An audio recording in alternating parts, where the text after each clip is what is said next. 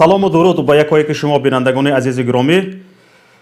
дар барномаи фардои тоҷикистон Шавкати Муҳаммад бо шумо ҳастам. хуш омадед ба барномаи мо. ёдатон бошад ҳафтаи гузашта вақте ки мо дар барномаи фардои тоҷикистон мавзӯро мавзӯи озод эълон кардем ва гуфтем ки ҳар ки ҳарчи пешниҳоде барои пешрафти кишвар ва барои фардои тоҷикистон дорад бегузор иброз намояд, ягон мулоҳиза, ягон пешниҳод дошта бошад, ягон суолоте дошта бошад бифармояд. ва аксар дар бораи тазоҳурот ё инқилоби рӯзи 21 март мепурсиданд ки ин сару садо дар шабакаҳои иҷтимоӣ мечархад. аз забони хонуме ҳам ин садо сар зад ки хонум дар барнома гуфт ки хеле аз хонумон ҳамоҳангӣ карданд то санаи 21 март ба хиёбонҳои пойтахти тоҷикистон бирезанд ва дар онҷо дар санаи 21 март дар рӯзи иди наврӯз тазоҳурот барпо кунанд ё ин ки ба гуфтаи худашон инқилоб кунанд.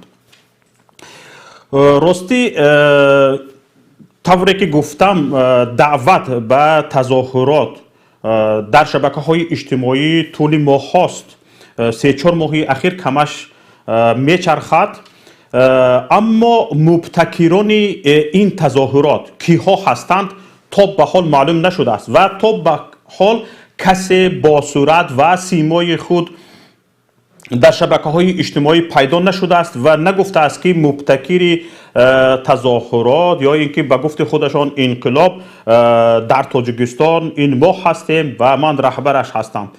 ин гуна нафар то ба ҳол аз худ дарак надодааст, аммо дониставу надониста нафарони зиёде ҳам ҳастанд ки изҳори ҳамоҳангӣ мекунанд ва мехоҳанд омода ҳастанд ки ба ин нафарон бипайванданд ва дар тазоҳуроте ки ин нафарон гуфта истодаанд ширкат кунанд. чуноне ки гуфтам, аҷиби кор ин аст ки ягон ҳизби мухолиф, на ҳизби наҳзати исломии тоҷикистон, на гурӯҳи 24, на дигар аҳзоби мухолиф дар ин бора ҳарфе назаданд ва ибрози назар ҳам накарданд. ана ҳамин ҳаст ки дар ҷомеа суолҳои зиёде ба миён омадааст ва дар барномаи гузаштаи мо ҳам чуноне ки гуфтам дар ин бора саволҳо бисёр шуд.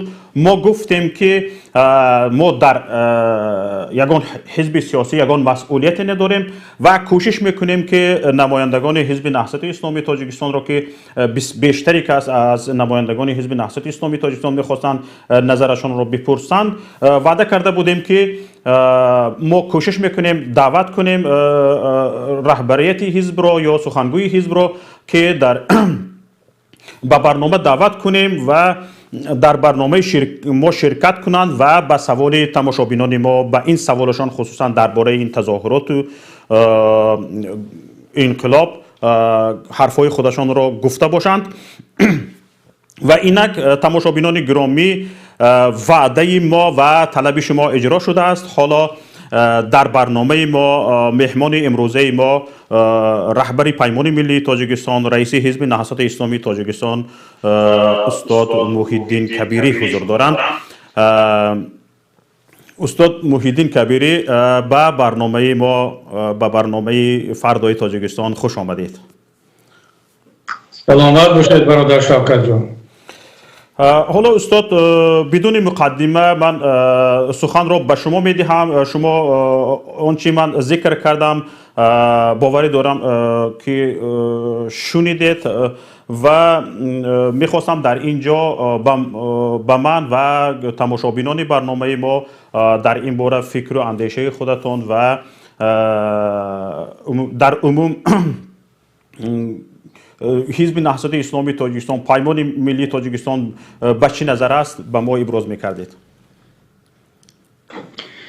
хуб, ба номи худованди бахшанда ва меҳрубон, ҳамдиёрони азиз ва муҳтарам кормандони студияи Паём ТВ, ташаккур барои ин даъват ва воқеан ҳам суолро хуб матраҳ кардед, зеро манам мешунавам гоҳ-гоҳ дӯстон занг мезананд ки نظر شما درباره این تشبوس چی هست که برخی از شهروندان روز 21 مارس رو، روز جشن نوروز رو همچون روز یک تظاهرات عمومی و به خیابان‌ها ریختن مردم، البته برای بیان کردن اعتراضشان نه برای جشن نوروز اعلان کردن. و بسیارها از ما سوال میکنن هم در داخل پیمان ملی تاجیکستان و نهضت اسلامی تاجیکستان و کارشناسان بلاگرها که این تشبوس یا اقدامی کی هست؟ آیا یگان حزب سیاسی، یگان نیروی سیاسی در پس این ابتکار میستد یا این تنها ابتکار یگان شهروند است و یا حتی میتواند همونطور که شما یک اشاره هم کردید از طرف کسانی باشند که نام و نسبشون معلوم نیست، چهرهشون معلوم نیست و بعضی کارشناسان حتی حدس میزنند که احتمال دارد این یکی از همون باز پرووکاسیون هست که از طرف دایره های مخصوص برای پیش راه این روند رو به افزایش بیداری ملت گرفته شود. چون هر یک اقدام ناسنجیده اگر در وقت نامناسب در جای نامناسب انجام شود، حتی به خاطر نیت نیک هم باشد، حالا بالفرض ما این پیشفرض را داشته باشیم که این یگان پرووکاسیون نیست بلکه یک شهروند، یک انسان عادی این تشبوس را نشان داده است و خواست است که مردم را روز 21 مارس به تظاهرات دعوت کند و بگذار همین خیلی باشد، اما وقتی که ناسنجیده و در وقت و جای نامناسب هست میتواند همون هدف اینه که اون نفر را در میان راه بگذارد و به نتیجه نرسد. بنابراین شما هم درست گفتید که یگان نیروی سیاسی، حتی یگان چهره معروف سیاسی رسانه‌ای و که در شبکه معروف باشند چون این دعوتی رو نکرده است. من نظرم چی است؟ حالا ما نظر رسمی پیمان ملی یا نهضت اسلامی تاجیکستان رو گفتنی نیستم، زیرا این مسئله به اون حد جدی نیست که مثلا در شورای پیمان یا ریاست نهضت یا یگان گروه دیگر مورد بحث و بررسی قرار بگیرد. اما به هر صورت وقتی که در شبکه ها صدا می‌آید هر مسئله نباشد باید که اون به اون به طور جدی مناسب شود. نظر شخصی من این است که یکم این بیانگر آن است که بیداری ملت رو به افزایش است. مردم در زمینه وضع هر روز بدشونده اقتصادی، اجتماعی، سیاسی روحیه اعتراضیشان بیشتر شده ایستاده است و نیروهای سیاسی مسئولیت شناس این روند را نظارت کرده ایستادند، در تماس با تمام بخش‌های جامعه هستند، با حتی با خود بخشی سالم حکومت هم و این نظارت روند کمک به بیداری ملت روز به روز این حالت را بیشتر کرده ایستاده است. اما برخی از شهروندان که تجربه سیاسی ندارند و فقط یک آرزو دارند هر چه زودتر از این دیکتاتور خلاص شوند، هر چه زودتر ملت به یک آزادی برسد و حتی احتمال زیاد می‌رود که این دعوت به تظاهرات در روز 21 از طرف مهاجرین صدا داده باشد، زیرا مهاجرین تاجیک هم در نتیجه وضعیت بد اقتصادی اجتماعی در هجرت هم کرونا ویروس الکی صبرشون به آخر رسیده است و میخوان هر چه زودتر به وطن برگردن و راه یگانه برگشتن در وطن، جای کار پیدا کردن، یک زندگی سربلندانه داشتن، این اثر قدرت دور کردن این حکومت امروزه است و آوردن یک حکومت واقعا هم ملی و متخصص که بتواند این مشکلات جامعه را حل کند. و بعضی ها در پی هر چه زودتر به این مقصد رسیدن، گاه در ذهنشون چون این یک ایده ها میاد که حالا روز 21 مارس، روز 1 می نمیدونم، هر روزی که از نگاه آنها مهم است برای ملت، مردم به قیام خیزند و این حکومت رو از قدرت دور کنند. من فکر میکنم حالا اگر بسیار خوشبین باشیم این یک آرزوی بسیار سراسیمه‌وار یک کدام از شهروندان است که بعد از طرف دیگر شهروندان تاجیک واقعا خواستار چنین تغییرات هستند اونم طرفداری پیدا کرد. اما خودتان هم درست گفتید که یگان نیروی سیاسی از آن جمله پیمان ملی تاجیکستان نهضت اسلامی تاجیکستان در فکر آن نبود نیست که روز 21 مارت چون یک تظاهرات برگزار شود، بخصوص در روز جشن. چرا در روز 21 مارت وقتی که مردم جشن دارند و مردم بهار را پیشواز میگیرند، در چنین روز تشکیل کردن هر گونه تظاهرات اعتراضی نه به منطق درست می آید، نه به فایده ملت و دولت است و اصلا نه نتیجه می دهد. بنابر همین این مسئله هیچ ربطی به نیروهای اپوزیسیونی بخصوص به پیمان ملی و نهضت اسلامی تاجیکستان ندارد. تشکر استاد. چنانکه که خودتون ذکر کردید، هرچند این گونه تظاهرات شدنش خیلی بعید است، خصوصا در اون حالتی که یگان چهره های معین، یگان احزاب سیاسی مخالف در این باره حرف نگفتند و ابتکارش را به عهده نگرفتند، این خیلی بعید است. اما با طرح پیشکی مقامات یک به فکر شما یک تظاهرات اداره شونده صورت گیرد و بعد پراکنده کردن تظاهرات حکومت با یک تیر دو نشان بزند، یک مردم را میترساند و سرکوب میکند و دویم باز مخالفین را بدنام میکند. یعنی با این تظاهرات اداره شونده نشان میدهد که از دست مخالفین چیزی نمی آید. در این باره فکر شما چگونه است؟ ببینید شوکت جان، من پیشفرض اولم و احتمال زیاد همونی که هست که اکنون گفتم که این میتواند ابتکار یک شهروند یا چند شهروند تاجیک باشد که آرزویشون را خواستند به همین شکل بیان کنند، ولی چون تجربه سیاسی ندارند آمدن فکر کردن که این اعلان انقلاب یا تظاهرات یا خیزش مردمی میشود با یک روز رو تعیین کردن و دعوت کردن از طرف یک شهروند که همون روز بیرون برای انجام می شود.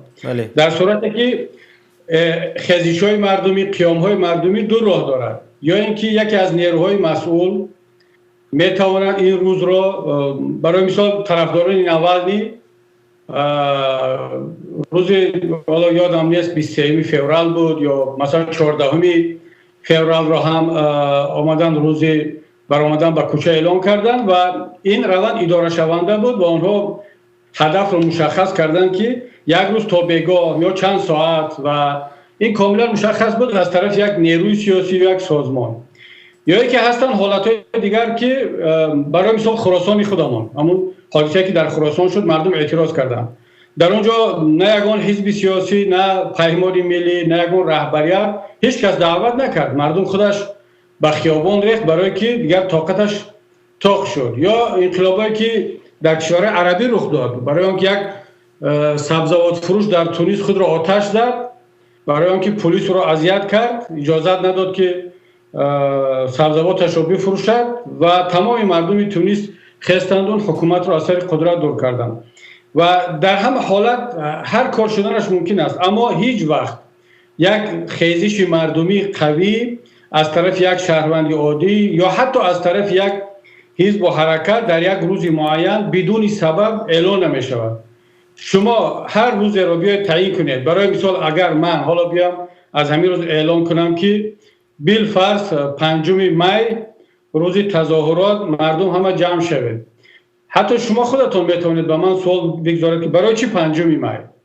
5 می چی شد؟ چرا 5 می؟ چرا 6 می؟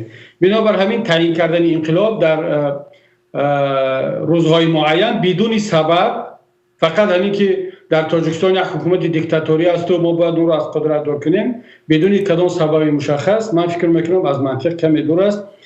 اما برای گفتم پیشفرض اولی من این است که این میتواند یک آرزوی یکی از شهروندان باشد، اما احتمال پرووکاسی هم خیلی زیاد است، بخصوص از طرف حکومت تاجیکستان. من بعید نمیدانم، احتمالش خیلی قوی است که چنین پرووکاسی هم از توسط بعضی از افرادشان شده باشد تا اینکه چند نفر به تجربه رو باز بیارن در خیابان، اون سرکوب شود و بگن که ببینید اینا حتی در روز نوروز، در روز جشن مردم هم میخواهند این گونه کارها رو انجام بدن و با همین چند تیر میزنن، چند نشان میزنن با یک تیر.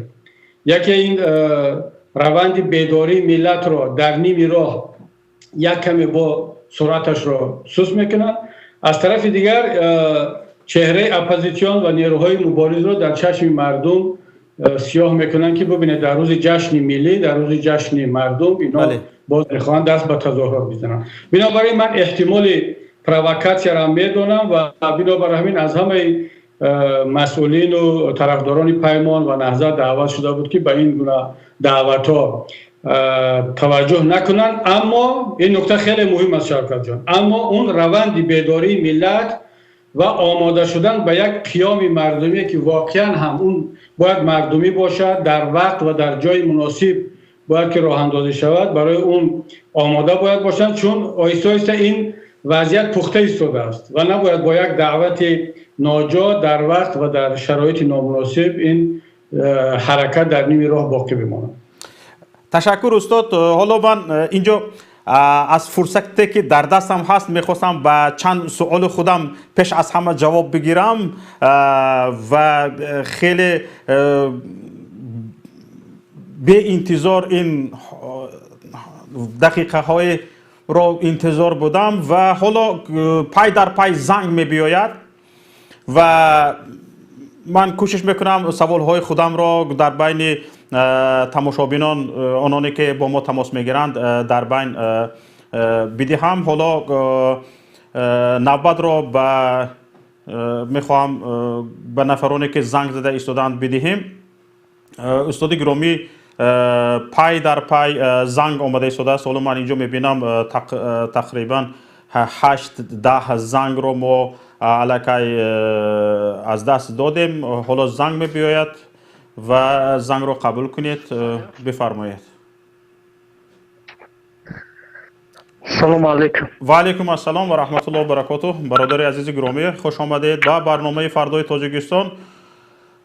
پخش مستقیم است. در مهمانی ما رهبر حزب نهضت اسلامی تاجیکستان آقای محیدین کبیری هستند. بفرمایید. بله، منم تماشا دارم. بسیار خوب، بسیار برنامه خوب. من همین چی را گفتنی هستم که بعضی مردم که میگن که 21م انقلاب باید شود، مردم کوچه ها بریزن، من به این باوری ندارم، چون که مردمی که در درون تاجیکستانن الحال اومده این چیز نشدن. ولی مردمی که در بیرون تاجیکستانن، از علل خصوص مهاجرا وقتی که در بیرون تاجیکستانن یا کمتر آگاهی دارن از وضعیت درون تاجیکستان که خوب نیست زندگی در درون تاجیکستان. مردمی که در درون تاجیکستانن حاضر و یا فکر میکنن که وضعیت خوب است، با زندگی همین خیلی است و یا حالی تیار نیستن. برای من فکر میکنم که اینجا یک پرووکاسیا است. باید مردم کمتر باید پرووکاسیا دادن نشوند. همین را من گفتنی است. تشکر. به شما یگان سوال به استاد محیدین کبیری دارید؟ با استاد محیدین کبیری همین را گفتنی هستم که بسیار کم برآمد کرده است. از وقتهای اخیر نمیدونم از چی سبب باشد یا اون کار زیاد داره، کمی با جوانان بسیارتر در معاشرت صحبت باشد. تشکر.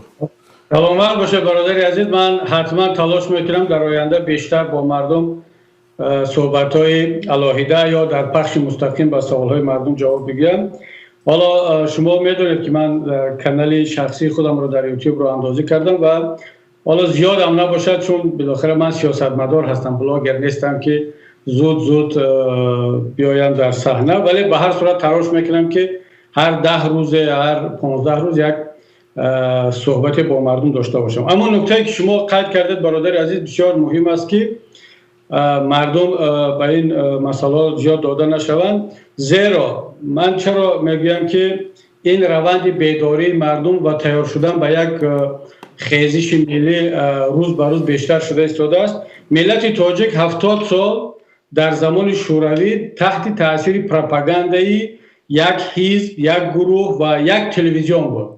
اینک 30 سال می شود تقریبا که همین روند دوام دارد که باز علاوه به اون 70 سال این 30 سال را اگر اضافه کنیم تقریبا 100 سال می شود که ملت تاجیک نه دموکراسی را دیده است، نه آزادی را دیده است. از دیکتاتورای امارت بخارا خلاص شد، به دیکتاتورای بلشویکی خورد، از دیکتاتورای بلشویکی 30 سال است در دیکتاتور یک خانواده مثل ملت ها و کشورهای دیگر مزه آزادی را نچشیده است. از آزادی میترسد، از حقوق انسان میترسد، از مطبوعات آزاد میترسد و ما و شما باید که سالها کار کنیم. الکی ما نه یک سال شد که با مردم و اون هم از طریق اینترنت فقط ما ببینید که تلویزیون نیست که در مقابل پروپاگاندای تلویزیونی حکومت که هر بگاه یک چهره را نشان میدهد، مردم را از اپوزیسیون میترساند، مردم را از تظاهرات میترساند. ما و شما همگی یک سال شد که یک کم و بیش فعال شده ایم و مردم آهسته آهسته بیدار شده است و تلاش‌های ما و شما برای راه اندازی کردن یک تلویزیون دیده ایستاده که چقدر دشوار است.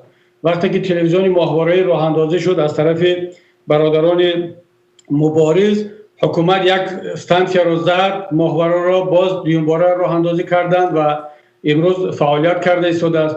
حداقل ما باید این روند را یک مدت دیگر ادامه بدهیم، مردم بیشتر آگاه شوند، بیدار شوند، از آزاد بودن، از سربلند بودن نترسند و این زولانه غلامی را از ذهنشان، از فکرشان، از دست و پاچهشان دور کنند. اون وقت ما میتوانیم که درباره یک خیزش مردمی صحبت کنیم و البته هیچ کس وقت رو معین کرده میتواند این خیزش مردمی بعد یک ماه صورت بگیرد، بعد 6 ماه، بعد یک سال. از همه مهم که این باید طبیعی باشد، خودجوش باشد و خود مردم این را خواسته باشد. تشکر استاد. زنگ دیگر اومده ایستاده است، با زنگ دیگر جواب میدهیم. الو،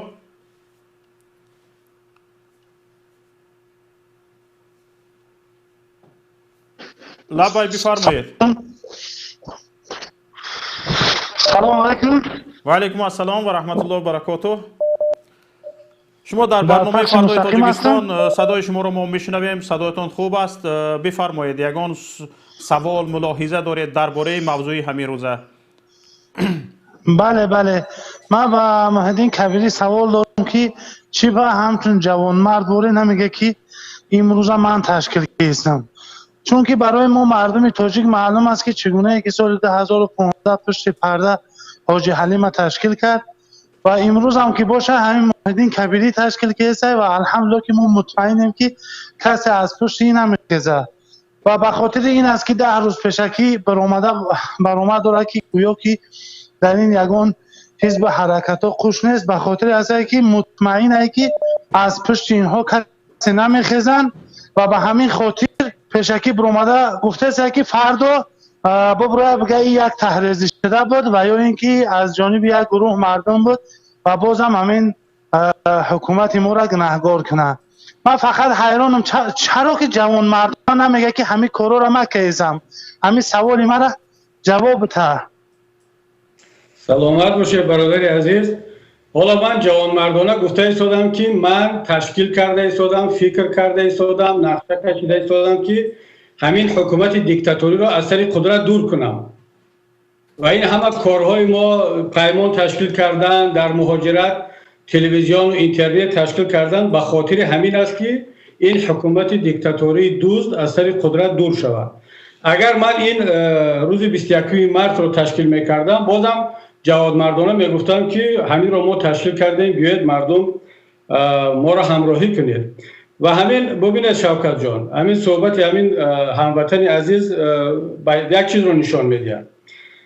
حالا من پیشفرض خودم گفتم که احتمال قوی است که این یک دعوت یکی از شهروندان بی تجربه تاجیک باشد، اما آیسته آیسته همین صحبت ها وقتی که ما گفته ایستادیم که روز 21 مارس مناسب نیست برای برآمدن، الکی طرفداران حکومت عصبی شده ایستادن و تکاپو افتادن و این الکی فرضیه دوم را قوی‌تر میکند که احتمال زیاد است که این پرووکاسیون است و پرووکاسیون هست. اگر چند نفر هم برآمدن باز هم سرکوب میشوند، اگر نبرآمدن باز میگویند که دیدید کبیری مثلا تشکیل کرد و هیچ کس نبرآمد و وقتی که ما میایم میگیم که نه این کار هنوز بر وقت است، این کار باید نشود، اینا با یک کمی عصبانی میشوند و میگویند که خب شما چرا تشکیل کرده اید باز بدوش نمیگیره.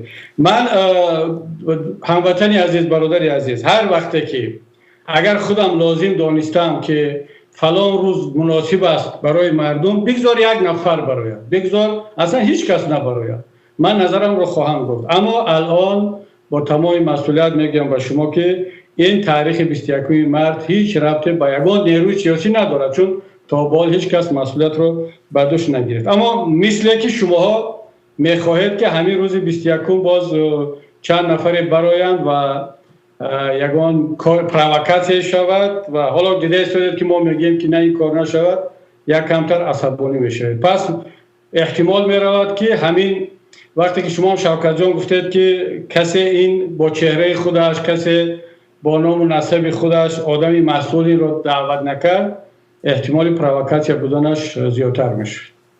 تشکر استاد. حالا امید میبریم که ببخشید، امید میبریم که در برنامه امروزه ما هرچند با چهره خود نباشد هم شاید نیت خوب دارند، شاید میخواهند با همین راه یک دیگرگونی به میان بیاید، شاید نیتشان خوب باشد، کی میداند، شاید خودشان بیایند بگویند که مبتکران این تظاهرات و این خیزش ما هستیم، چون که یکی از آنها در برنامه‌های گذشته در بعضی از برنامه‌های دیگر برادران هم صحبت کرده بودند که ما این تظاهرات را برپا میکنیم و تشکیل میکنیم و همه را دعوت کرده بودند که در آن اشتراک کنند. شاید اینجا صدای ما را شنیده ایستادند، ما را تماشا دارند و انشالله که شجاعت میکنند در برنامه شرکت کنند و حرف خود را بگویند. حالا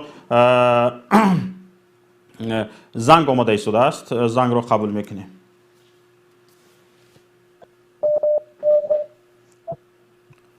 الو. سلام علیکم با شما و با استاد. و علیکم السلام و رحمت الله و برکاته. یک سوال داشتم که آیا حکومت همین روزا فکر نمیکنه که همین خیلی با زبان روسی اگر بگم همین سیتواسیه که حوض حکومت امروزه دارد که ما در اپوزیسیا در کشور نداریم، بگذار 21 مارس نه، بگذار یکم روز اگر سوزش اگر میتینگ سر شود این بسیار عاقبت بزرگ داره. خوبشان نیست که اگر در پارلمانت هم اپوزیسیا باشد هم حکومتی باشد، اگر که власть عملی شود последствия поменьше будет, чем то, что сейчас творится у нас в стране. تشکر زیاد. تشکر به شما. استاد فهمیدید که برادر چی گفتند؟ صداش کننده میشد. من اگر همون درست میفهموندید چی گفتند؟ برادر عزیز اگر در تماس هستند، برادر در تماس. برادر عزیز شما خودتون فکر هم برادرم انتخاب بتید خوب است. راستی منم صدا کنده شده بود، فکر این برادر رو نشنیدم. اگر برادر میشد که دوباره تماس میگرفتید و فکرتون رو میگفتید، صدایتون خوب نمی اومد. حالا ما زنگ دیگر رو قبول میکنیم و تو تماس شما به زنگ دیگر جواب میدیم. گوش میکنم شما را. سلام علیکم و رحمت الله و برکاته. برادر عزیز، شما در برنامه فردای تاجیکستان هستید. بفرمایید، یگان گفتنی سوالتون باشد، ملاحظه باشد. سلام علیکم. من یک شهران تاجیکستان. سوال من به استاد محیدین کبیری. بفرمایید. از چه خاطر استاد محیدین کبیری میگویند که او میتینگ یا تظاهراتی که روز 21 در نظر داشته شده است از طرف ما نیست؟ آن کس با این گفته‌های خودشان او تظاهراتی که مردم پخته آمده است و مردم تیار است که به خیابان‌ها ریزد و این بی‌شرف رحمان را سرنگون کند، با جای آنکه طرفدار مردم باشند، استاد محیدین کبیری برای چی گفته بعضی ها که خودشان را به قفا کشیده ایستادند و پیش خودشان رو توضیح کرده ایستادند. نظر محیدین کبیری رو من فهمیدنی بودم که نه بلکه من میلیون ها مردم تاجیک امروز میخواهد نظر محیدین کبیری رو فهمد که از چه خاطر آن چیزی که تیار است و مردم ما تیار هستیم که روز 21 به تظاهرات برایم. استاد محیدین کبیری نمیخواهند این رو، از چه خاطر پیش راه مردم رو گرفته ایستادند، یا اینکه استاد محیدین کبیری خودشان تیار نیستند برای انقلاب. تشکر به استاد شما. محیدین کبیری باشه. من شوکت جان سوال خوب دادیم برادر. بله بفرمایید. همین برادر حالا در کجا هست، نامش، یا مثلا وقتی میگه که ملت تیار است و میگه که شاید که من تیار نباشم برای این کار، همین برادر خودش تیار هست؟ همین برادری که سوال داده ایستاده است خودش تیار هست؟ حالا در کجا است و این خیزش مردمی رو چگونه تصور میکند که میگه میلیون ها آدم آماده هستند برای خیستن؟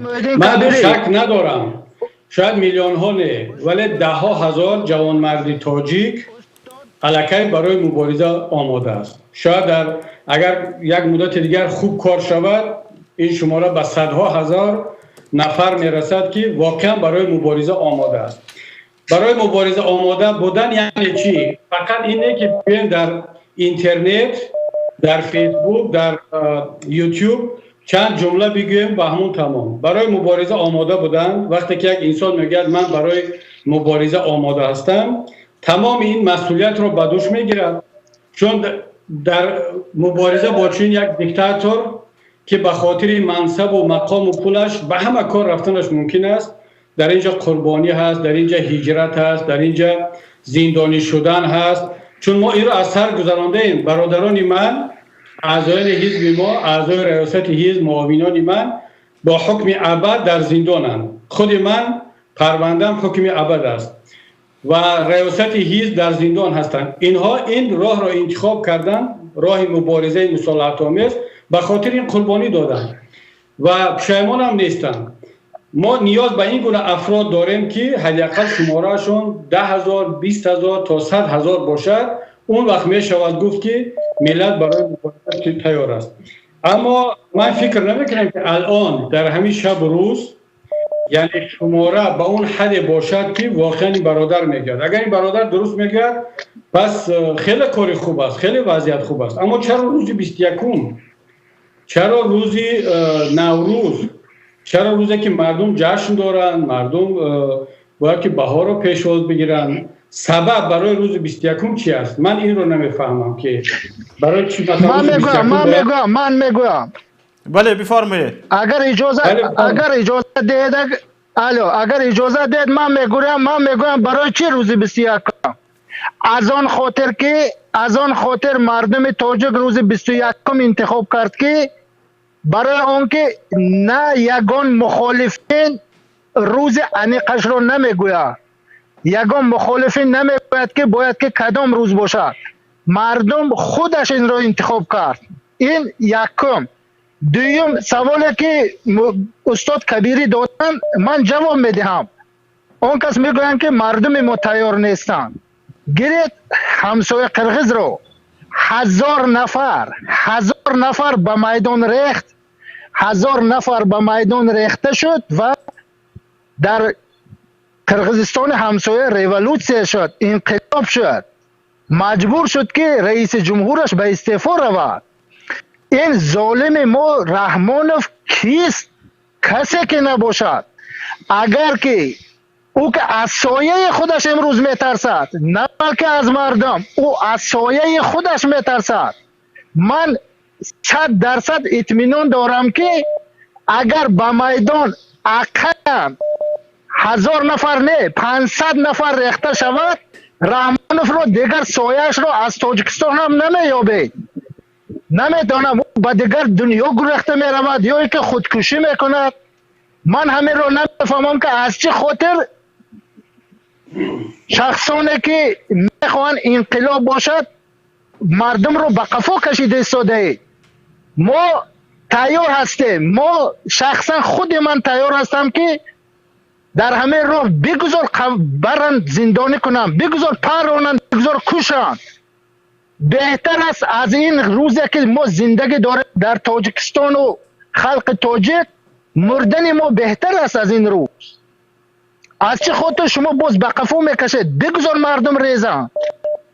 در سرحد قزاقستان، در سرحد ازبکستان، در سرحد روسیه باور کنید هزارها هزار جوانها تیار هستند که اگر لازم باشد پای پیاده هم پیاده میرویم تا به دوشنبه، که در روز 21 انشاءالله در روز 21 باید که در دوشنبه باشه.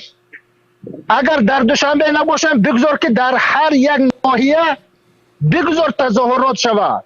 برای چه مردم رو به قفا میکشید؟ استاد کبیری، ما به شما اعتماد زیاد داریم، اما حاضر با یک سخنی که شما گفتید میتواند پیش راه این تظاهرات رو گیری. دیگر دست نمیدهد به مردم ما، چون روز دست دادنش رو دیگر خدا میداند. دیگر باقی در امان خدا باشه. تشکر به شما برادر عزیز. سلامت باشه. واقعا من این برادر وقتی که تا آخر گوش کردم بسیار راحت کردم، یعنی خرسند شدم که خدا را شکر یک برادری مبارز و صمیمی هست و روز به روز صف این گونه برادران زیاد شده ایستاده است. برادر عزیز، خدای نکند به هیچ وجه هر کسی اگر پیش راه مبارزه ملت رو بگیرد، هم در نزد پروردگار شرمنده است، هم در نزد مردم، و اصلا او دیگر شهروند تاجیک نباید نام داشته باشد، حالا نه سیاستمدار میگم نه کسی دیگر.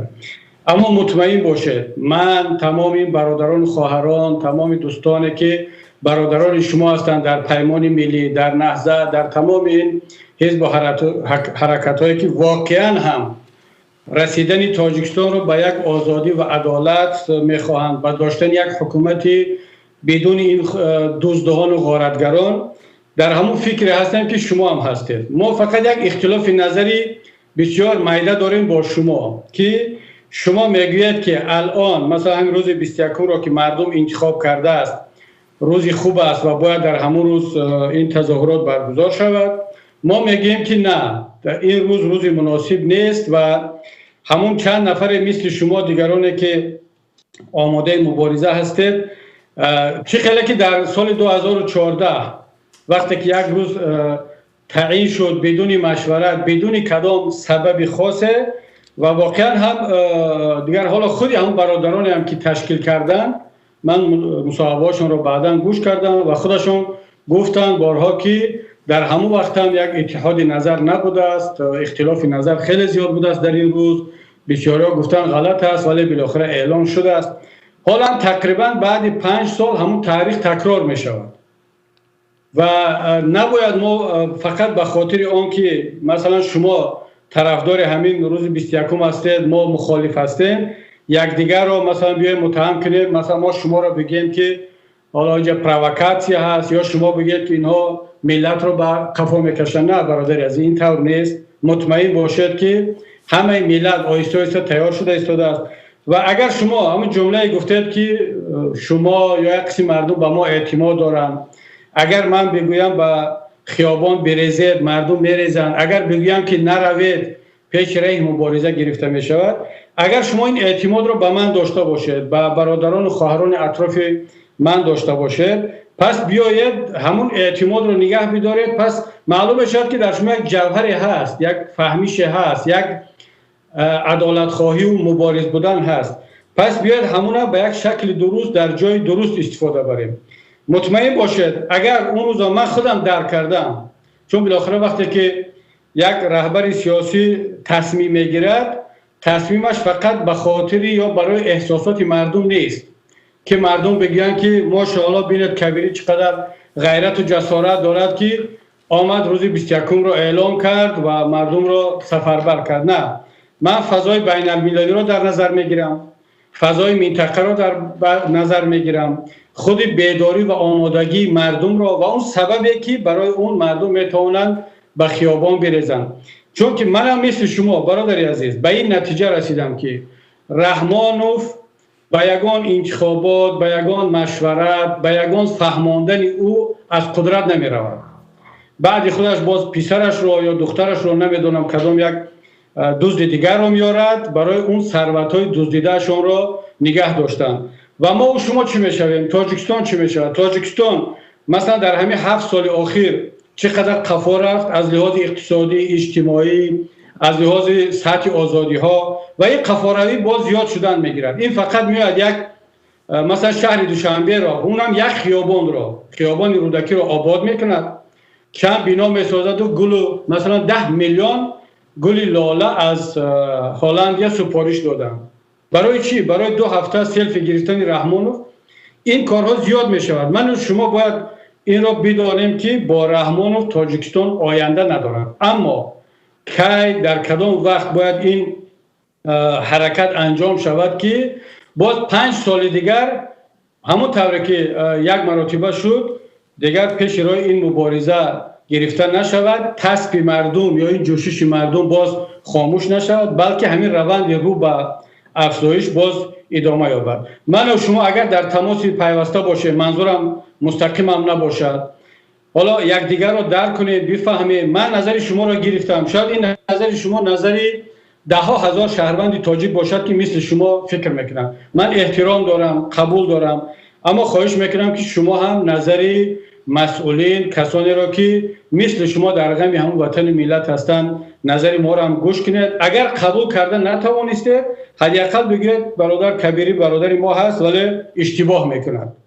من هم میگم که شما یک برادر ما هستید، برادر بسیار خوشفکر و مبارز، اما فکر میکنم که در این تصور که روز 21 مارس مردم میبرند و این نتیجه میتد، من فکر میکنم که شاید شما اشتباه کنید. باور کنید اگر 21 مارس نه، همین 18 مارس همین حادثه شود، یک مردم بخیزد این دیکتاتور از سر قدرت 3 روز پیشتر هم اگر دور کند، من از شما بیشتر خرسند میشوم. اما من اون وقت ناراحت میشوم که اگر هر روزی هم شود باز خدای نکرده این خیزش مردمی باز سرکوب شود، چون که نشانهایش رو دیده ایستادم که از یک طرف مردم بیدار شده ایستاده است، مردم جسورتر شده ایستادن، از طرف دیگر حکومت در فکر یک پرووکاسیون است.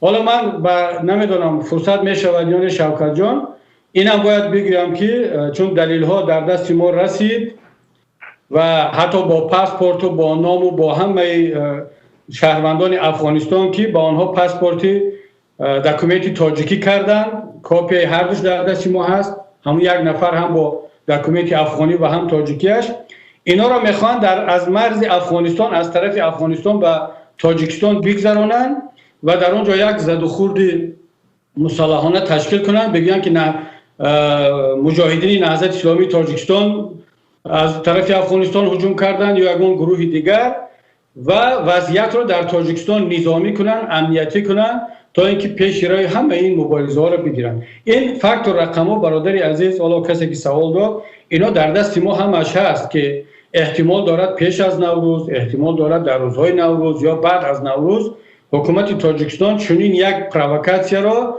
با همکاری بعضی گروه ها در طرف افغانستان این را انجام بدهد. این رفت آمد مقامداران افغانستان با تاجیکستان، بعضی از اون کاروپسیونرهایی که الکی رسانه‌ها را خواندید، پول و طلا را آورده در فرودگاه دوشنبه میخواستند چیکار کنند، و کاروپسیونرهای تاجیکستان با هم دیگر رفت آمد دارند. یکیموف بیهوده 2 مرتبه در این چند ماه اخیر کابل نرفت. اینها میروند و در اونجا مشورت میکنند، یکدیگر را متقاعد میکنند که بعضی کارهای مشترک را در اینجا انجام بدهند تا اینکه کاروپسیونرهای هر دو طرف مرز، این فسادکاران هر دو طرف مرز بتوانند از حساب مصیبت ها و مظلومیت های مردم افغانستان و تاجیکستان باز حکومت خود را یک کمی دیگر طولانی کنند. مطمئن باشید برادر عزیز که اگر اون روز و ساعت رسید، من در خدمت شما هست. تشکر زیاد استاد گرامی. پیش از آن که زنگ را قبول کنیم، تماشابینان گرامی، حالا ما را تقریبا نزدیک به 4000 نفر تماشا کرده ایستادند.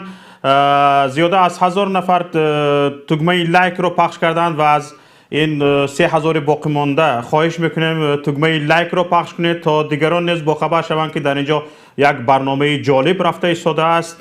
به هر حال این برنامه برای فردای تاجیکستان است. ما در اینجا فردای تاجیکستان را مصلحت تو مشورت کرده شدیم و برای فردای تاجیکستان به فردای تاجیکستان بی‌طرف نباشید. به خاطر فردای تاجیکستان تگمه لایک را پخش کنید تا با هم با محتوا فردای تاجیکستان را در این گونه برنامه ها مشورت کرده باشیم. حالا ما زنگ نو را قبول میکنیم.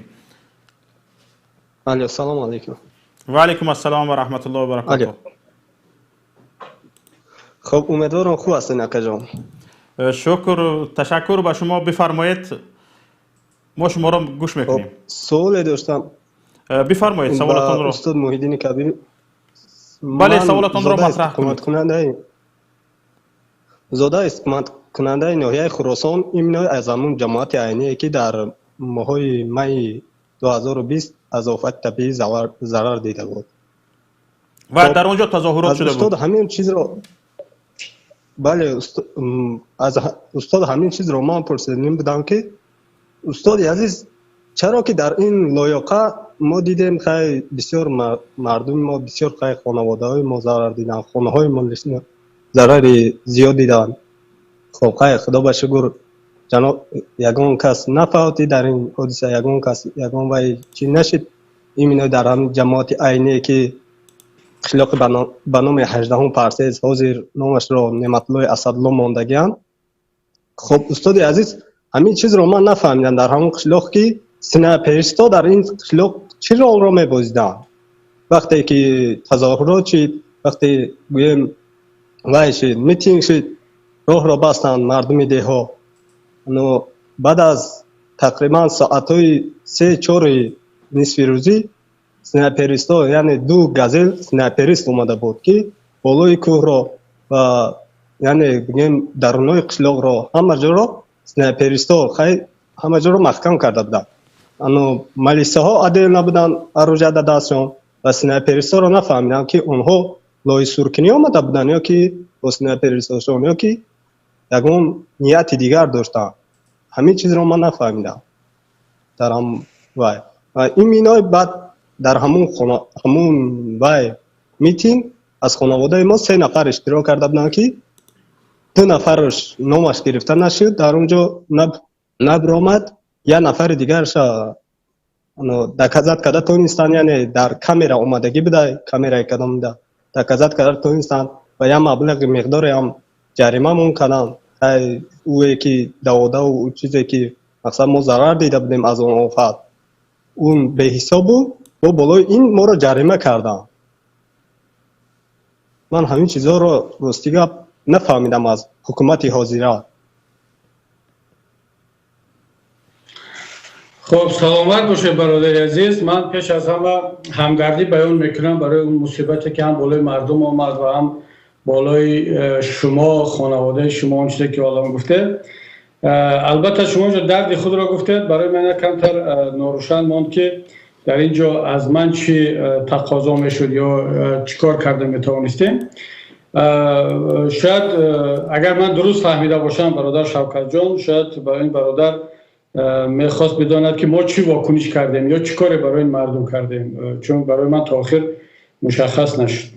اما نه تنها ما، تمام مردمی بیرون اگر این برادر اهمیت داده باشند، همه مهاجرین در اون شب و روز تا آنجایی که من مشاهده میکردم با مردم خراسان همدل و همنوا بودند و چقدر پشتیبانی رسانه‌ای شد، چقدر آنلاین، چقدر صحبت ها و همه برادران مهاجرین روسیه، مهاجرین در اروپا بوده، همه همدلی خود را با مردم خراسان با اون ضرر دیدگان نشان دادن. حتی خود مردم مهاجر که خودشون مهاجرن آمادگی کمک مادی هم نشان دادن.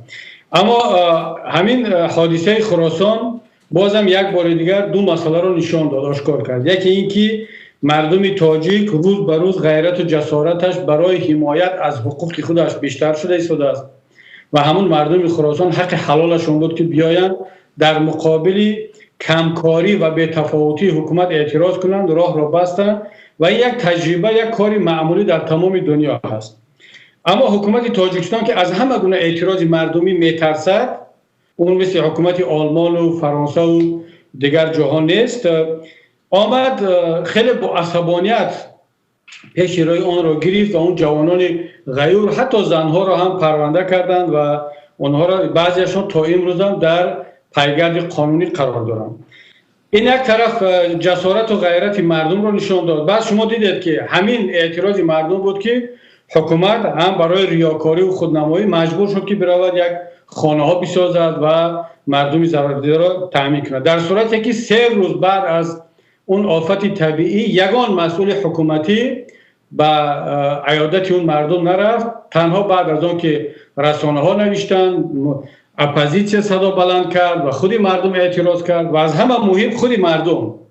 اگر خود مردم اعتراض نمیکرد به خیابان نمی برآمد، حتی ممکن در نتیجه گپی اپوزیسیون و رسانه هم حکومت هیچ اقدام نمیکرد.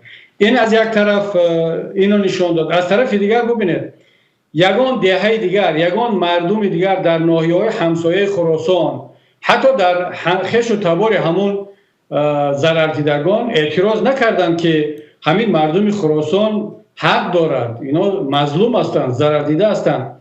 و این نشان می‌دهد بار دیگر درستی فکر ما را بر آنکه مردم تاجیک عدالت خواهی، مبارز بودن، آزادی خواهی هنوز یک روندی یا یک پدیده عمومی نشده است. و وقتی که اون دهه خراسان، ناحیه خراسان ضرر دید و اونا اعتراض کردند و از طرف حکومت سرکوب شدند، دهه همسایه خش و تبار این مردم در یک جای دیگر اعتراض نکردند که برای چی شما این مردم را اذیت بکنید، اینا حقشون است. اگر مردم همسایه‌های دیگر، منطقه‌های دیگر اعتراض میکردن در پشتیبانی از مردم خراسان، من مطمئنم که حکومت جرأت نمیکرد که این جوانمردان غیر خراسان را در جستجوی قانونی قرار بدهد و تا این روز هم بعضیش را جستجو کرده ایستاده است. بنابر همین من بار دیگر این برادر را میفهمم، هم دلی و همدردی خود را بیان میکنم. انشاءالله امیدوارم که اولش که دیگر این گونه حادثه‌های آفت‌های طبیعی نشود. بعدا اگر کدام مردم ضرر دید در کجای اعتراض کرد، این برای ما درس است که باید منطقه‌های دیگر، مردم دیگر منتظر نشوند که همین بلا به سر اونها میاد بعد اعتراض کنند. باید که با هر امکاناتی که دارن در پهلوی این برادران باشند و اعتراض خود را بیان کنند. استاد اینجا این برادر به یک چیز اشاره کرد. در حالتی که تظاهرات مردمی بود، دیده شده است که در هر تپه های سنایپریستان، یعنی با سلاح می ایستند و طرف مردم نشان گرفتگی هستند. در یک حالتی که مردم تظاهرات کرده است، تظاهرات مردم را این سنایپریستان از کجا در کردند و این گونه سوال مطرح کرده بود این برادر. ببینید این حکومت تاجیکستان واقعا هم نسبت مردم خودش رحم ندارد. همین را باید حال یک برادر قبل از این کس، یک برادری که با من بحث کرد، یک نکته بسیار مهم را گفت. اگر 500 نفر در خیابان بریزند، این حکومت دیگر جرأت و جسارت مبارزه بردن با مردم را نخواهد کرد و رحمانوف فرار میکند. من ترسوگی رحمانوف را میدونم، ولی رحمانوف ممکن تا لحظه آخر تلاش کند، چون آدمی ترسو بی‌رحم میشود. آدمی ترسانچک خیلی بی‌رحم میشود و میتواند در مرحله اول دست به چون احمقیان بزند.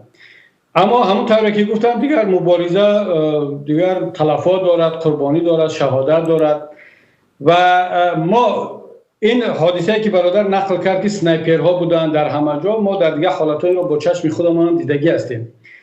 ولی حالا اون تغییراتی که در ذهن نیروهای امنیتی و پلیس و ارتش تاجیکستان با وجود آمده ایستاده است، من فکر میکنم یک تغییرات بسیار مثبت است. بسیاری از هموطنان ما که در میلیشیا کار میکنند، در پروکراتورا، در امنیت، در ارتش، در مقامات گوناگون قدرتی تاجیکستان کار میکنند، الکی درک کرده ایستادن که رحمانوف آنها را، من معذرت میخواهم، همچون یک سگ پاسبان برای پولهای خودش و برای منصب خودش علیه ملت استفاده کرده ایستاده است. و اگر 5 سال پیش کمی اندر کم این را درک میکرد، امروز چند درصد از این مقامات این را درک کردن.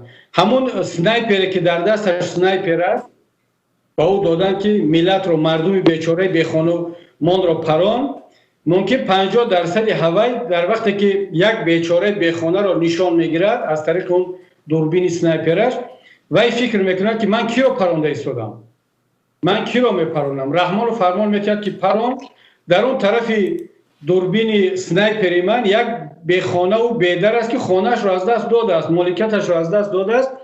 ӯ ҳақ дорад эътироз кунад аз ин ҳукумати дузди золим ки биёяд мушкилоти ӯро ҳал кунад. чаро бояд ӯ паронда шавад, чаро бояд кушта шавад? мо бояд бародари азиз рӯз ба рӯз бештар бо ин на танҳо бо мардум бо ин мақомот ҳам суҳбат кунем. ин гуна паёмҳо бояд ба ин полиция, ба амният, ба прокуратура, ба артиш фиристода шавад ки бародар вақте ки тир мепаронӣ раҳмонов ӯро террорист мегӯяд, туро мегӯяд парони як террорист аст, ҷинояткор аст, вале ин ҳамватани ту аст, ин хоҳари ту аст, ин бародари ту аст, падари ту аст. мисли падари ту инам худат ҳоло масалан милитсия шудию камтар зиндагият беҳтар шуд чун аз мардум пул мегирӣ ё аз ҷои дигар, албатта бо он маошат ҳеҷ вақт зиндагии хуб нахоҳӣ дошт, ҳатман як даромаде аз як ҷои дигар бо роҳи дуздиву фишор дорӣ. аммо он ҳамватани дигарат, ҳамсояат, ҳамдеҳат ё аз ноҳияи дигар ӯ надорад ин имкониятро. ҳама ки дигар прокурору ҳама раиси ҷамоат намешаванд. ӯ чӣ кор кунад? агар биёяд ҳаққи худашро талаб кунад, ӯ биёяд бигӯяд ки адолатро раҳмонов ҷорӣ кун, ҳамаи ӯ парвонда шавад, ин чӣ давлатдорӣ аст? магар ҳамон касое ки дар урупо эътироз мекунанд, масалан дар фаронса, дар олмон, дар ҳамаи ҷои дунё ҳар рӯз ҳазорҳо нафар берун меоянд, дар хиёбонҳо эътироз мекунанд, баъзеш ҳатто мошинҳоро оташ мезананд, витринаи магазинҳоро мешикананд.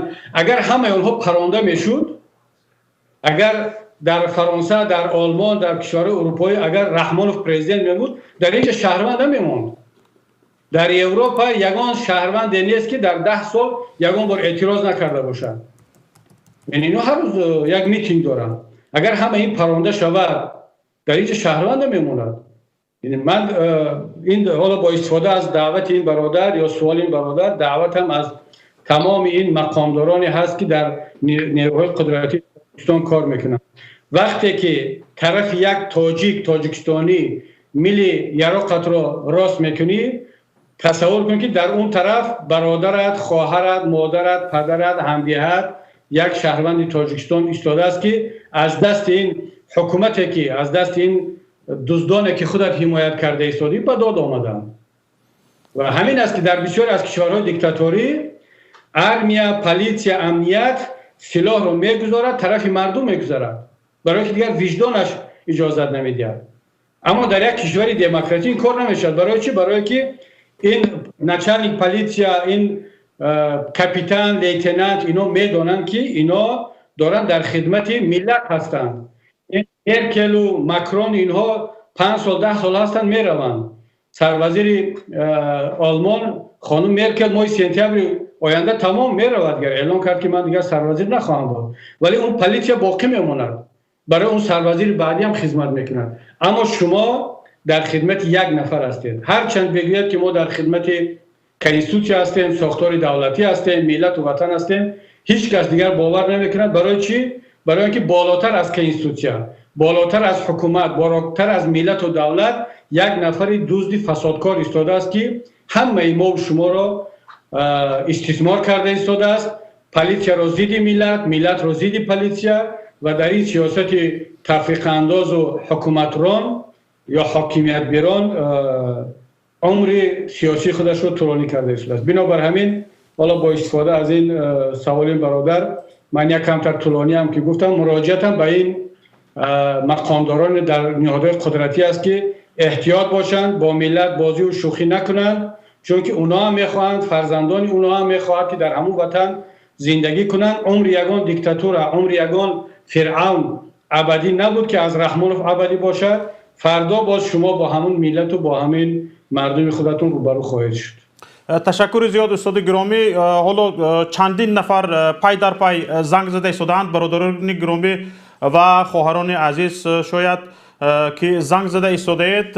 иншоалло ки кӯшиш мекунем ҳоло як соати дига барнома давом мекунад, ба якояки шумо навбат бирасад. ва чандин нафар ба ман ҳам навишта истодаанд ва гуфта истодаанд ки ба онҳо навбат нарасида истодааст. برادران عزیز ما کوشش میکنیم به یکایی که شما به قدر استطاعت نوبت برسد. مرحمت زنگ نوبتی را قبول میکنیم. بفرمایید. الو گوش میکنم شما را. السلام علیکم. و علیکم السلام و رحمت الله و برکاته. من در همین مورد گردهمایی که باید روز 21 مارس برپا شود بله میخواستم نظر خود را گویم. بفرمایید. مقصد از این برادران روز 21 مخصوص این است که مردم ما راستی بسیار مردم یک بار از سرشان مشکلات جنگ گذشته است میترسند، جمع آمدنشان مشکل است. بله روز 21 مارس مردم به خاطر نوروزی جمع می آیند.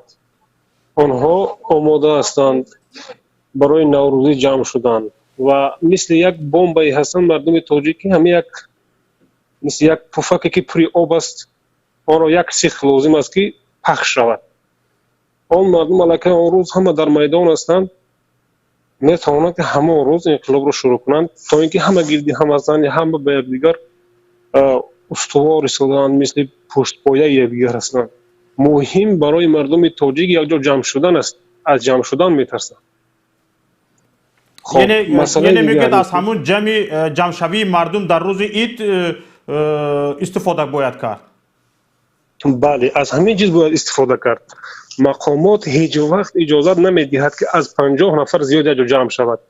این مردم ما تو 100 نفر و 500 نفر و 1000 نفر جمع می شود که اینها را علاقه مقامات میبردارند. اجازه نمیدهند که علاقه زیاد جمع حالا ببینید که شاید شما خبر نداشته باشید، لیکن علاقه مقامات اعلان کردند که تجلیل جشن نوروز مثل سالهای پیشین نمی شود و خاکسارانه میگذرد. و این هم معلوم است که آنها نمیخواهند که مردم جمع شوند و علاقه آنها احساس کردند که وقتی مردم یک جا جمع آیند شاید همان روز انقلاب شود. علاقه این سالهای اخیر بسیار اعتراضات زیاد شده از طرف جانب دولت. مردم بیدار شدند، انقلاب میخواهند، خود دیگرگونی میخواهند. پس مردم یک نوع آماده هستند، حکومت این را خود درک کرده است. اما من هم چگونه که استاد محیدین کبیری گفتند که مردم ما آماده نیست، من هم به این فکر کمتر راضی هستم، چون که علاقه 80% مردم که انقلاب میخواهند مهاجر هستند. آنها درد مهاجرت و دور از وطن هستند، دور از اون جایی هستند که باید انقلاب شود. بله، آنها مشکلات دولت مقصد دیکتاتوری را میفهمند. مردم داخل تاجیکستان این چیز را کم درک میکنند و آنها باشد علاقه یک قسمشان در روسیه و در دیگر دولت‌های خارجی هستند و نمیتوانند به وطن بروند و آن قوایی که میتواند انقلاب را اساس شود امروز در تاجیکستان شاید باشد 60% یا که نباشد. تشکر به شما استاد گرامی. اینجا حاضر تقریبا 2 مرتبه همین مسئله تکرار شد که شخصانی که در داخل هستند اونقدر طرفداری چی نیستند، طرفداری دیگرگونی یا خیزش مردم نیستند. برای چی این خیلی باشد؟ خب این خیلی عادی است شوکت جان و اون برادر عزیزم درست درک کردن. برای آنکه مردم داخل تاجیکستان در یک مخاطره اطلاعاتی قرار دارند. ما و شما برادرانی که یا خواهرانی که در روسیه در دیگر کشورها هستند، چون هم اینترنت آزاد است، بلاگ نمیشود، هم سرعت اینترنت بلند است، ارزان است، مردم شب و روز می نویسند، گوش میکنند، تماشا میکنند، جهان را میبینند. اما کسانی که در تاجیکستان هستند فقط یا تلویزیون تاجیکستان را میبینند که در اون رحمان فقط خودش را تعریف میکند و اپوزیسیون را تنقید، یا اصلا نرخ اینترنت تا اون حد گران و ضعیف هست، خود سرعتش ضعیف است که مردم نمیتوانند دسترسی زیاد به رسانه‌های بیرونی داشته باشند. بعداً یک نکته بسیار مهم است. حالا حکومت چرا میاد هر 4-5 سال یک مرتبه 1-2 نفر را نمایشکارانه به گفت روسا پکازاتلنه حبس میکند فقط با استاتیای آن که اونها نوارهای ما و شما را تماشا کردن، لایک موندن یا اینکه پدلیسا کردن، اینها را نمایشکارانه برای مردم میگیرد،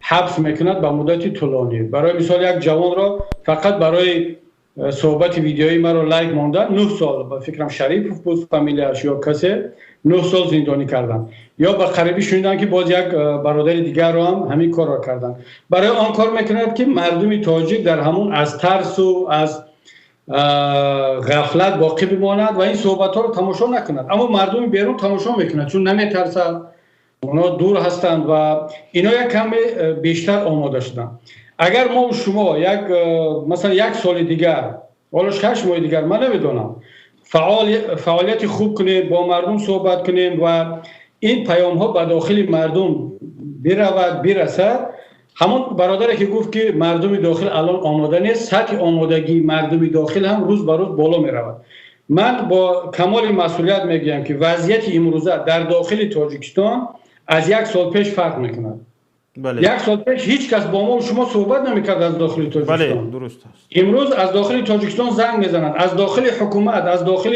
کمیته دین امنیت پروکراتوره با ما و شما معلومات میرسد سند میرسد این یک سال در مبارزه سیاسی مدت طولانی نیست ولی ملت توانست با این بیداری خودش در مدت یک سال چقدر تغییرات وارد کند و اگر ما یک مدت دیگر همین روند با سرعت بیداری ملت رو نگه بداریم من باوری دارم که جسارت مردم بیشتر می شود و اون وقت می توانیم بگیم که مثلا چی باید کرد ببینید برادر شوکت جان و برادرانی که مرا میشنوند هموطنان همه بدانند دعوت به همه گونه خیزش مردمی از طرف یک رهبر سیاسی این بسیار یک ریسک بزرگ است اگر خودش در بیرون باشد ریسک برای خودش نیست برای مردم برای وطن ریسک است اما سیاستمدار باید ریسک را قبول کند من سیاستمداری که ریسک پذیر نیست من او را قبول ندارم اما ریسک کردن باید منطقی باشد باید با یک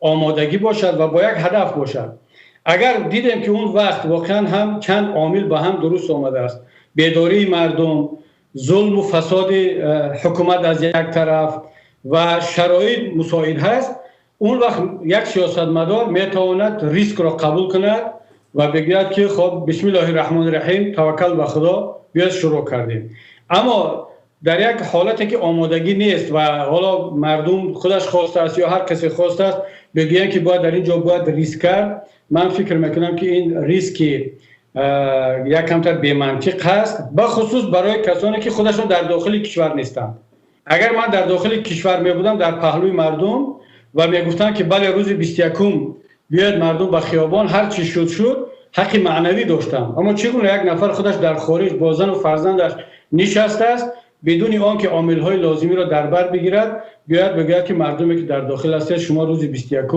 بدون کدام آمادگی به خیابان بروید این گونه این فقط ریسک سیاسی نیست این ریسک اعتقادی هست معنوی هست اخلاقی هست برای همین برادران عزیز من کاملا قبول دارم و این صحبت‌هایی که برادران کرده ایستادن بیانگر آن است که ملت روز به روز بیدار شده ایستاده است هر چقدر ما و شما درباره اون آگاهی و بیداری ملت صحبت کنیم همون قدر ملت بیشتر آماده میشد همین صحبت ما و شما شوکت جان با همین مردم اگرچه بعضی‌ها قبول نخواهند کرد بعضی‌ها باز میگن که مثل سال 2014 باز شما مخالفت کردید و پیش روی ملت رو گرفتید و این حرفا رو حتما خواهند زد اما ما و شما مطمئن باشید که همین صحبت ما و شما درباره تظاهرات و اعتراض مردم را ملت را ما و شما را یک قدم پیشتر میبرند باید هر یقل ماه یک بار 2 ماه یک بار با مردم در این موضوع صحبت کرد و نبض جامعه را نبض مردم را باید که ما در دست داشته باشیم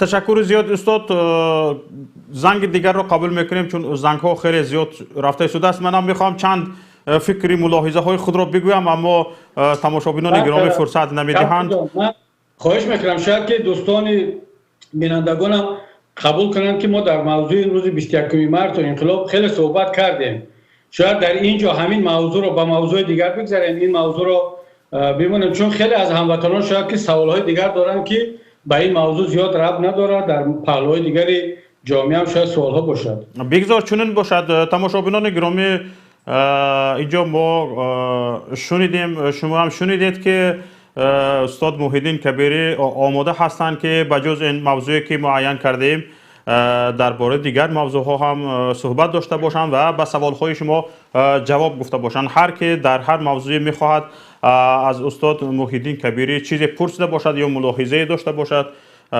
بفرمایید. ما شما را به استاد محی الدین کبیری پیوست میکنیم و شما صحبت خواهید کرد.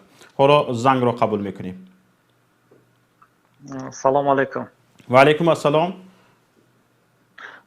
سلام به هر یک شما، به هر یک مبارز و به هر یک تاجیکستانی بیرون از مرز و داخلی مرز.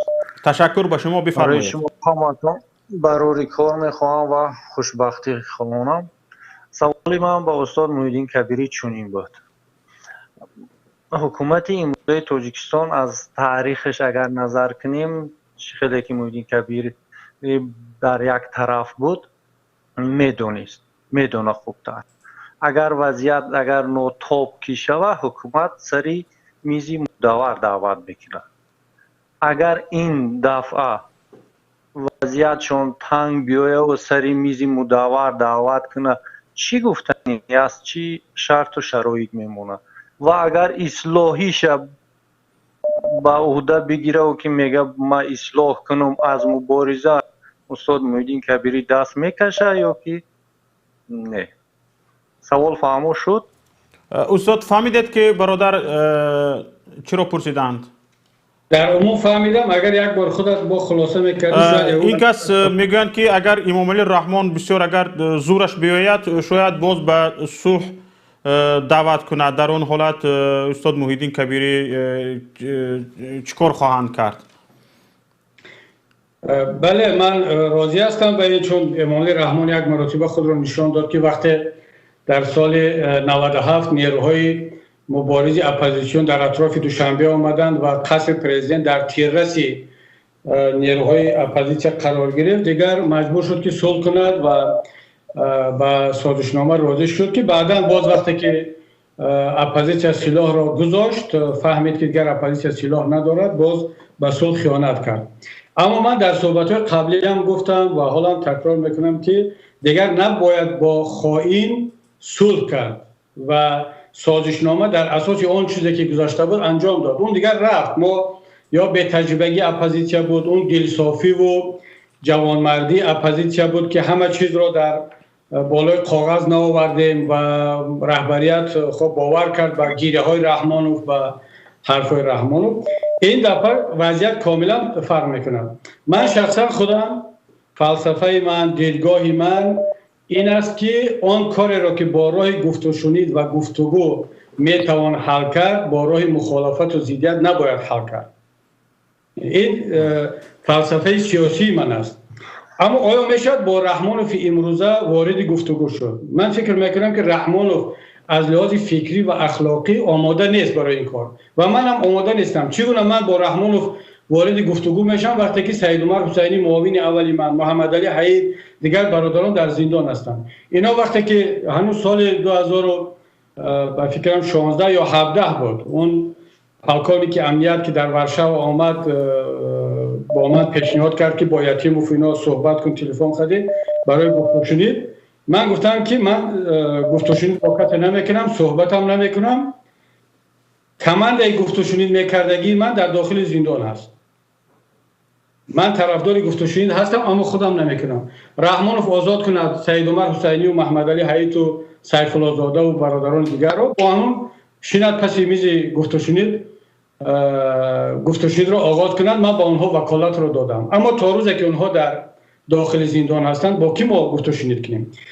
اما موضوع گفتگو شنید یک چیز می شود، تنها میتونه یک چیز باشد. رحمانوف باید از قدرت برود، تاجیکستان یک کشور آزاد دموکراتیک و با سیستم دیگر باشد، چون امکان ندارد که یک گفتگو شنید شود و رحمانوف باز در سر قدرت بماند یا خانواده‌اش. این اصلا امکان ندارد، چون ما اینها را در حیات تجربه کردیم. اینها دیگر در هر شکلی که در قدرت بمانند برای ملت تاجیک، برای آینده کشور ما ضرر دارد. بنابر همین این نظر خلاصه من این است که اون چیزا را که می شود با راه گفت و شنید و مکالمه حل کرد، نباید با اختلافات دست زد، با مبارزه و رویارو. اما با رحمانوف امروزه امکان گفت و شنید نیست. یک نکته است خیلی مهم، این را باید بگویم اینجا. گفتشونید با بدنه سالم حاکمیت امکان دارد. یعنی ما وقتی که حکومت امروز را پیش نظر میاریم، رحمانوف رو باید از این روند گفتشونید باید جدا کرد. این رحمانوف هم برای حکومت امروز علاقه ضرر دارد، برای ملت، برای همه، برای اپوزیسیا باید گفتشونید بین نیروهای سالم از آن جمله یک قسمی از حکومت که آینده ملت رو فکر میکنن صورت بگیرد و برای آنکه چگونه دولت ملت رو از رحمانوف نجات داد. این گونه گفتشونید ما آماده هستیم و علاقه بعضی آمادگی برای این رفته ایستاده است و جسارت و جرأت بیشتر رو از طرف همون بخش سالم حکومت ما انتظار داریم که خدا را شکر علاقه پیام‌ها هست و باید که اونا جسارت بیشتر نشان بدن. فقط همین که بنویسن یا پیام رایی کنن که ما آماده هستیم، ما شما را طرفدار هستیم، شما ما را درک کنید، فقط همین قدر از دست ما می آید. این یک مدت ممکن چند ماه دیگر کافی باشد، اما بعدا باید اون طرف پیام های قوی تر و نشانه های جدی تر کنکریتی باشد که ما احساس کنیم که واقعا هم این قسم از حکومت دیگر آماده هستند که به خاطر یک آینده بهتری ملت از رحمانوف دست بکشند. تشکر زیاد استاد. تماشابینان گرامی، تقریبا ما را 4,500 نفر 4,500 نفر تماشا میکنند و نیمه از آنها تقریبا 2,000 نفر تگمه لایک را پخش کردند که این نصف است و فرصت این را داریم که باقی مانده ها نیز تگمه لایک را پخش کنند تا اینکه کسانی که بیخبر از این برنامه ما هستند وارد این برنامه شوند و ما با هم درباره فردای تاجیکستان صحبت کنیم. این هم باشد با یکی از رهبران ائتلاف پیمان ملی تاجیکستان و رهبر حزب نهضت اسلامی تاجیکستان محیدین کبیری درباره فردای تاجیکستان و مشکلات امروزی تاجیکستان و درباره چگونه خیزش مردم، اصلاحات در تاجیکستان صحبت ها داشته باشیم، چگونگی آن. و حالا زنگ نو آمده است، زنگ نو را قبول میکنیم، اما دوستان عزیز لطفاً تگمه لایک را پخش کنید. الو. لبای. السلام علیکم و رحمت الله. و علیکم السلام و رحمت الله و برکاته. برادر خوب هستین؟ استاد محیدین کبیری خوب هستین؟ سلامت باشید برادر عزیز. پیام تیوی برادر بخشش، من اسم شما را نمیدونم، لیکن از مردمی وروخ به شما تشکر میکنم که با همون ویدیو که روز 3 مارس شما نشر کرده بودین، ما زیاد از شما منادور هستیم. الله نگهبان شما باشد برادر عزیز. این تشکری از نام مردم وروخ این برای شما است برادر. تشکر به شما. نام من شوکتی محمد. شوکت جان برادر، بله، در روزی که مردم ما در زیر فشار رژیم رحمانوف هستند، در زیر فشار مردم قرغیز و حکومت قرغیز هستند، فقط شما هستین که امروز درباره این ملت، درباره این خلق هستین. ما چیگم ایرا درک کردیم، ایرا چیگم ما منادور هستیم اصلا. بعد من سوالی من با استاد محیدین کبیری همی است که من 1-2 سال میشد که میخوام که همراه شما هم صحبت باشم شخصا، لیکن نتوانستم که با شما که بخشید به زبان روس میگم دزوانیت کنم، در نتونستم که همراه شما هم صحبت شوم. انا حالا این چیگم فرصت برایم موثر شد که همراه شما صحبت کنم. درباره میخوام گفتن همی کمتر احساساتی هستم. بخشش برای درباره انقلابی که 21 مارس گفته صدا مردم راستی من از این طرفدار نیستم که روز 21 همه 21 شود، لیکن انقلاب باید شود. فهمیدین؟ شما هیچ وقت سرکشی نکنید. امید ما اول به الله است، بعد به شما است. باید انقلاب شود. هیچ وقت از این ترسیده و سرکشی و این کارا را نکنید. ما امروز از جان خود بیزار شده هستیم. اگر شما گارانتی هستین که وقتی که رحمانوف رژیمش نابود می شود، باز دولت دیکتاتوری نمی شود، من و رفیقان ما آماده هستیم که اول داخل میدان شویم، انقلاب ما شروع کنیم. ما را وظیفه در کار نیست اصلا، لیکن سری قدرت شما میآید، کسی دیگر میآید، ملت با این روز پس نیاره نرسونه. ما آماده هستیم که جان فدا کنیم به نام الله قسم. ما امروز بیزار شده هستیم که یک هموطن ما رو در روسیه تالیشو میگن، چورک جمشید میگن، ما تاجیکا قرغیزا و ازبکان نام دادن که تاجیک نمیگن، تازیک میگن. ما را امروز ما را به یک روز بعد سیاه رسوندگی هستن که ما تاریخ خود فراموش کرده هستیم، فرهنگ و دین خود فراموش کردیم. بدون خود فراموش کردگی هستیم. زمین ما را، خواهرای ما را، برادر همه طرفی ما را از چهار طرف تجاوز میکنه. از داخل ما این رژیم تجاوز میکنه. لیکن امروز ما از انقلاب میترسیم. قانون بین الملل این اشوایش نه برادر مودین کبیری. ما باید یگانه روی انقلاب بگیریم. دیگر او قصه ها گذشته ما برنمیگردونیم. ما باید آینده اصلاح کنیم. ما طرفدار انقلاب هستیم. هیچ وقت عقب نشینی نکنید. من ضدیت با حزب نهضت داشتم. من اول ضد نهضت بد میدیدم، بعد رژیم رحمانوف بد میدیدم. 1 سال 2 سال اول. حاضر از همه من طرفدار حزب نهضت هستم، طرفدار شما هستم.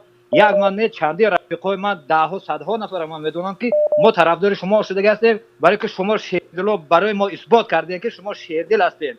شما خیلی دروغگو و کپ سخنای شیرین که مردم الده کنه این خیلی نه دوام تین انقلاب به پیش گیرین که انقلاب تیزتر شود. به خدا قسم ما از وطن میمونیم. من شاهدی زنده هستم که وطنی ما با آشکار میروم میفروشن که همین شیرین خیرالله علی مردانوف رفت در نزد خلق ما گفت که برای چی؟ برای همین برای کوه که زید قطعی قرقیز و جنگجول میکنیم. بیا همین کوه برای کی در کاره؟ کوهایی که ما از اونجا دریای آب میخوریم، چراگاه ما هسته که هزارها گاو و گوسفند ما از اونجا شکم سیر میکنن. برای ما کوهستان زیاد چی گم فایده آور است، در کار است. اون زمین ما است، زمین بودنتیم. لیکن یاد دادن آشکار در نزد خلق به قرقیز دادن دریا و کوهستان چراگاه همه جا. پلوس مردم ما رو چند نفر تیر زدن، کشتن بیگناه را. هم امنیت ما میبرن میزنن، زندان میکنن، میکشن. هم قرقیز خلقش، حکومتش. ما امروز یگانه امید از الله داریم، بعد از شما داریم که شما وقتی که این به عهده گرفتن راهبری مخالفین، این وظیفه شما است استاد مودین کبیری که هیچ وقت عقب نشینی نکنید.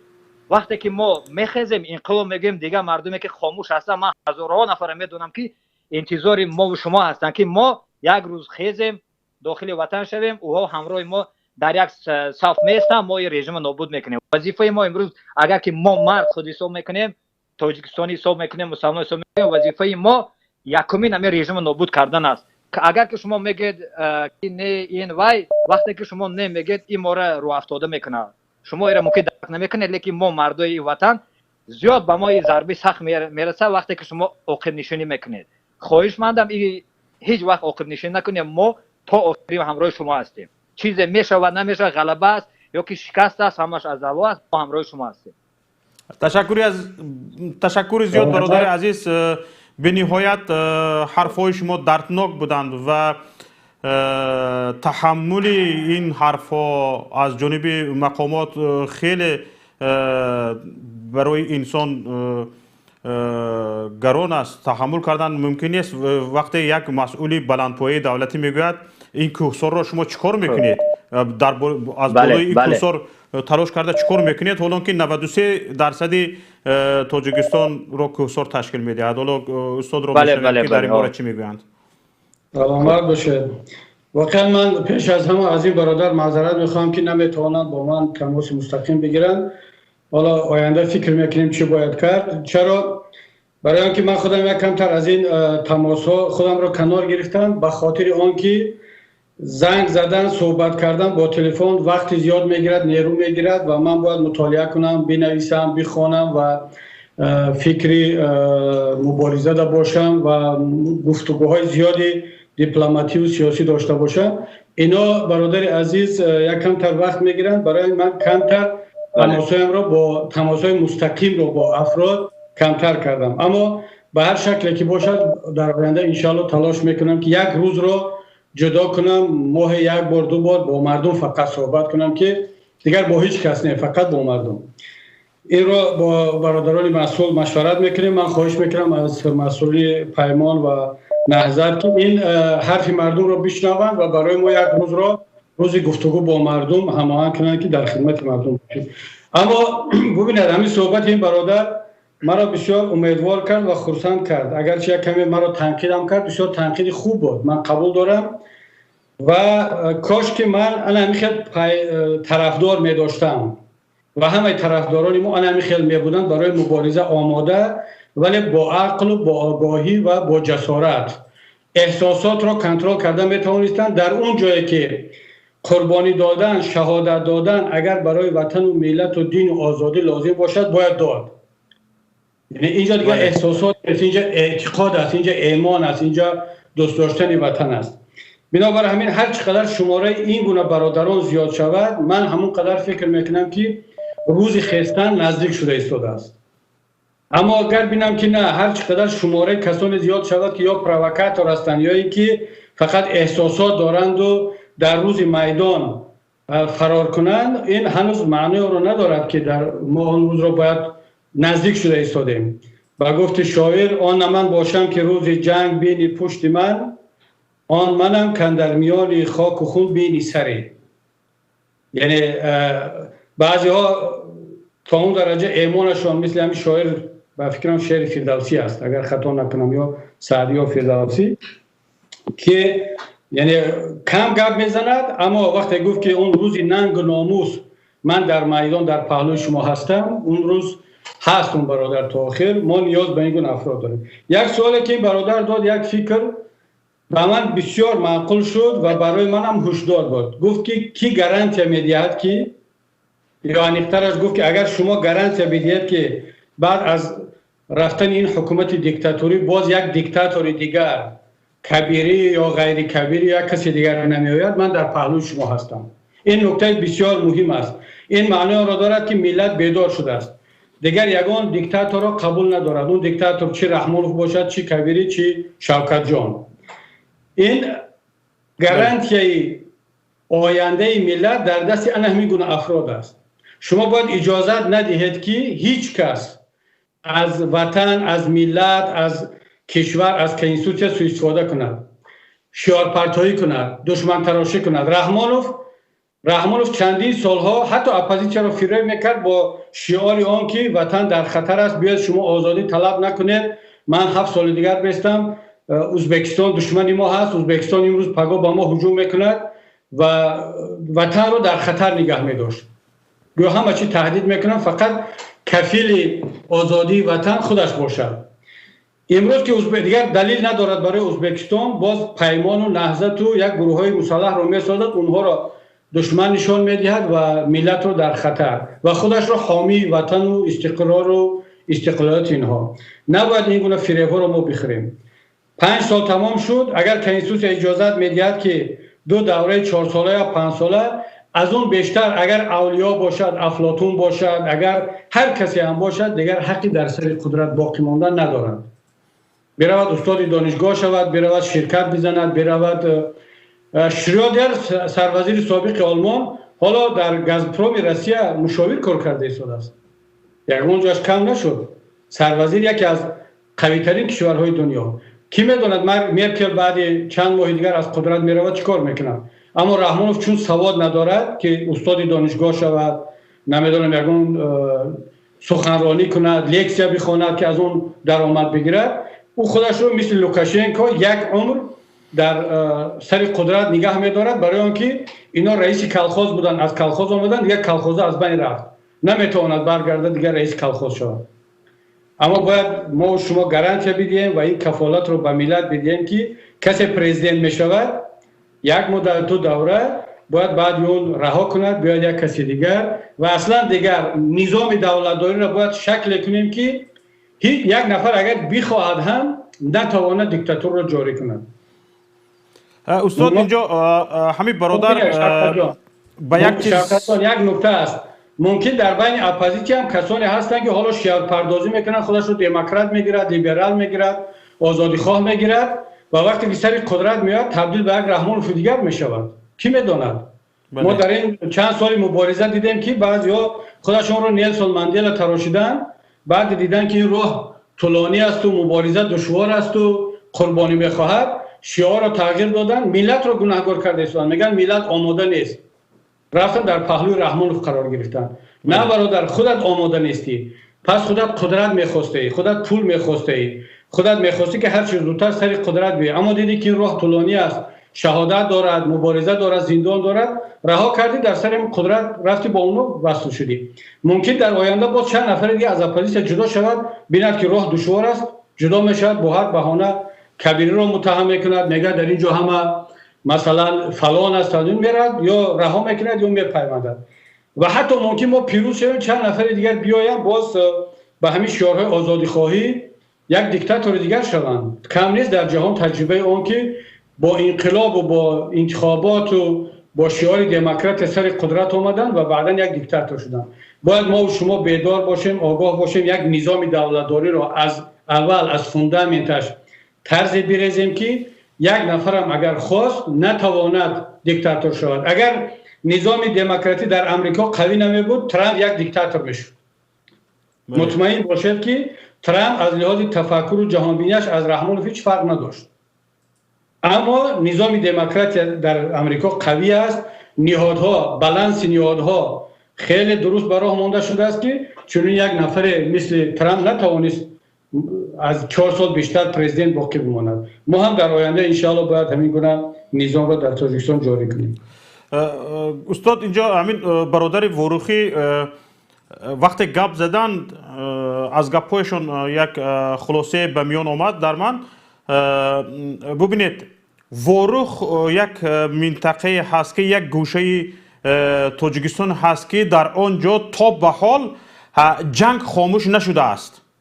هر سال در آنجا قربانی داده می شود. هر سال مردم این منطقه، مردم این دهات یکی از پیوندان خود، یک نفر یا 2 نفر خود را از دست می دهند یا چند نفری آنها زخمی می شود و این واقعا علم آور است و خیلی دردآور است و وقتی که اینها صحبت میکنند دانسته می شود که الکی این گونه بی‌پروایی های مقامات و به همین حالت امروزه وروخ کم اهمیت دادن مقامات الکی دانسته می شود که جان مردم رو به لب آورده است و از سخنرانی های این برادر هم که با ذکر جای زیستش ملاحظه های خود را گفت این چیز روشن بیان می شد.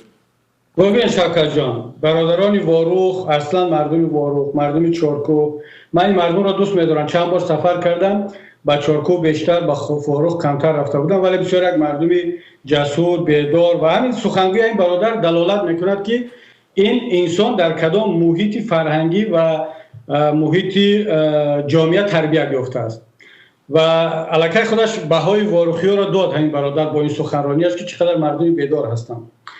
وقتی که حادثه بار اول تکرار رخ داد در وروخ، من در یک سخنرانی هم گفته بودم، حالا باز همین را تکرار میکنم.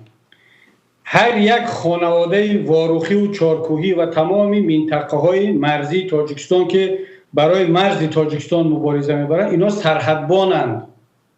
اینا همون پیرزن، پیرمرد، معلم فرق ندارد، دکتر کسی هست در وروخ، در چارکو زندگی میکنند، در دههای مرزی که برای مرز ما و شما مبارزه میبرند، اینا هر کدامشون یک افسرن، سربازن، سرحدبانن. اما وقتی که من شنیدم که حکومت مسئولین تاجیکستان یک خانواده وروخی را دعوت کردن، فرزندش در روسیه کار میکرده است که این خانواده را بخوراند، این را جریمه کردن برای آنکه فرزندش در عسکری نرفته است، ارتش نرفته است، من راست گپ ندانستم این حکومت را چی بگویم. اون رفته است که خانواده را بخوراند، پدر و مادرش در وروخ در گروگانن، در اون انکلاو زندگی کرده استودن. مرز ما و شما با این حکومت بی‌ناموس را دفاع کرده استودن. چگونه خودت جسارت میکنی همین سرحدبان رو که خانواده‌شون سرحدبانی کرده استودن باز جریمه میکنی؟ من برای هم پیشنهاد کرده بودم، باز تکرار میکنم، تا آن وقتی که تاجیکستان در این مشکلی گرفتار است، مشکلی مرزی با همسایه کشورها، شهروندان دهه‌های مرزی تاجیکستان از خدمت در ارتش تاجیکستان آزاد کرده شوند. برای چی؟ برای الکی اونها خدمت کرده ایستادن.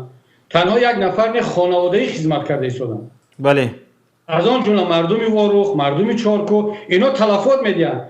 تلفاتی که مردم وروخ و چارکو داده ایستاده است، ارتش تاجیکستان نداده ایستاده است. در مجموع همشون. تشکر استاد. یک زنگ آمده ایستاده است، به نهایت خواهش کرده ایستاده است که او را قبول کنیم. طول چند دقیقه است که ما را انتظار است. با اجازه شما زنگ را قبول میکنیم. بفرمایید. الو. الو. گوش میکنیم شما را. سلام علیکم. و علیکم السلام و رحمت الله و برکاته.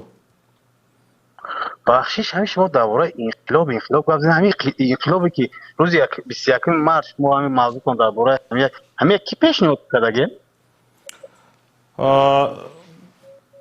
راستی گپ در اولی برنامه به فکرم که شما نبودید در این باره ما ذکر کردیم.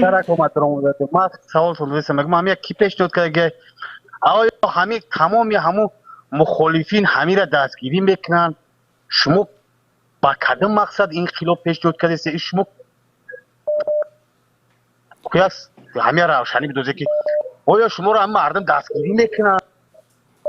خوب برادر عزیز ما در سرشبی برنامه در این باره صحبت کرده بودیم و تا به حال معین نشده است و کسی به عهده نگرفته است که در این باره این ابتکار کی است، تاسیس دهنده تظاهرات کی است و کیها این را به عهده میگیرند، کدام حزب مخالف، در این باره یگان معلومات نیست. فقط چند نفری در شبکه‌های اجتماعی در چندی از برنامه‌ها برآمد کردند و گفتند که ما همین خیل انقلاب تشکیل کردنی هستیم یا که تظاهرات تشکیل کردنی هستیم. انا برای همین هم ما امروز با رهبری حزب نهضت اسلامی تاجیکستان، رهبری پیمان ملی تاجیکستان صحبت کرده ایستادیم طبق طلب شما تماشابینان که در هفته گذشته گفته بودید که به این مسئله روشنی اندازیم و حالا ما روشنی انداخته ایستادیم. واقعا من همین روشنی شما را دیده استم یگان فقط درباره همین انقلاب کردیم که در خارج کشور همون کسی که ما انقلاب میکنیم او همین خارج کشور در شما چی انقلاب کردیم اون ما مردمی که در تاجیکستان مردم زندگی کنن ما انقلاب میکنیم ما انقلاب در خارج کشور دیگه ما انقلاب میکنیم او همین شما یا برای آدمای در تاجیکستان بپرسه. برادر شوکت جان این به نظرم وقت بیهوده با این شهروندان گذرانده نیست. اگر آدم را چون اگر از اولی برنامه پیگیری کرده باشد الکی جوابش رو گرفت. بله بله میگه که روشن نیست و نگفته پس معنی که فهمیدن نمیخواه هدفش دیگر چی است. برای دیگه وقت دیگه برادران رو نگیریم. کسانی که واقعا حرفی گفتن دارن با اونها صحبت کنیم. بله تشکر استاد. همین درباره وروخ من یک چیز گفتنی بودم. این برادر که چند بار اینجا زنگ زدن من از دوستان اتاق فرما خواهش کردم که زنگ این برادر رو بردارند تا اینکه نرنجند. وقتی میبینیم که برنامه ما رو پیگیری نکردند و ناآگاهانه سخنرانی میکنند.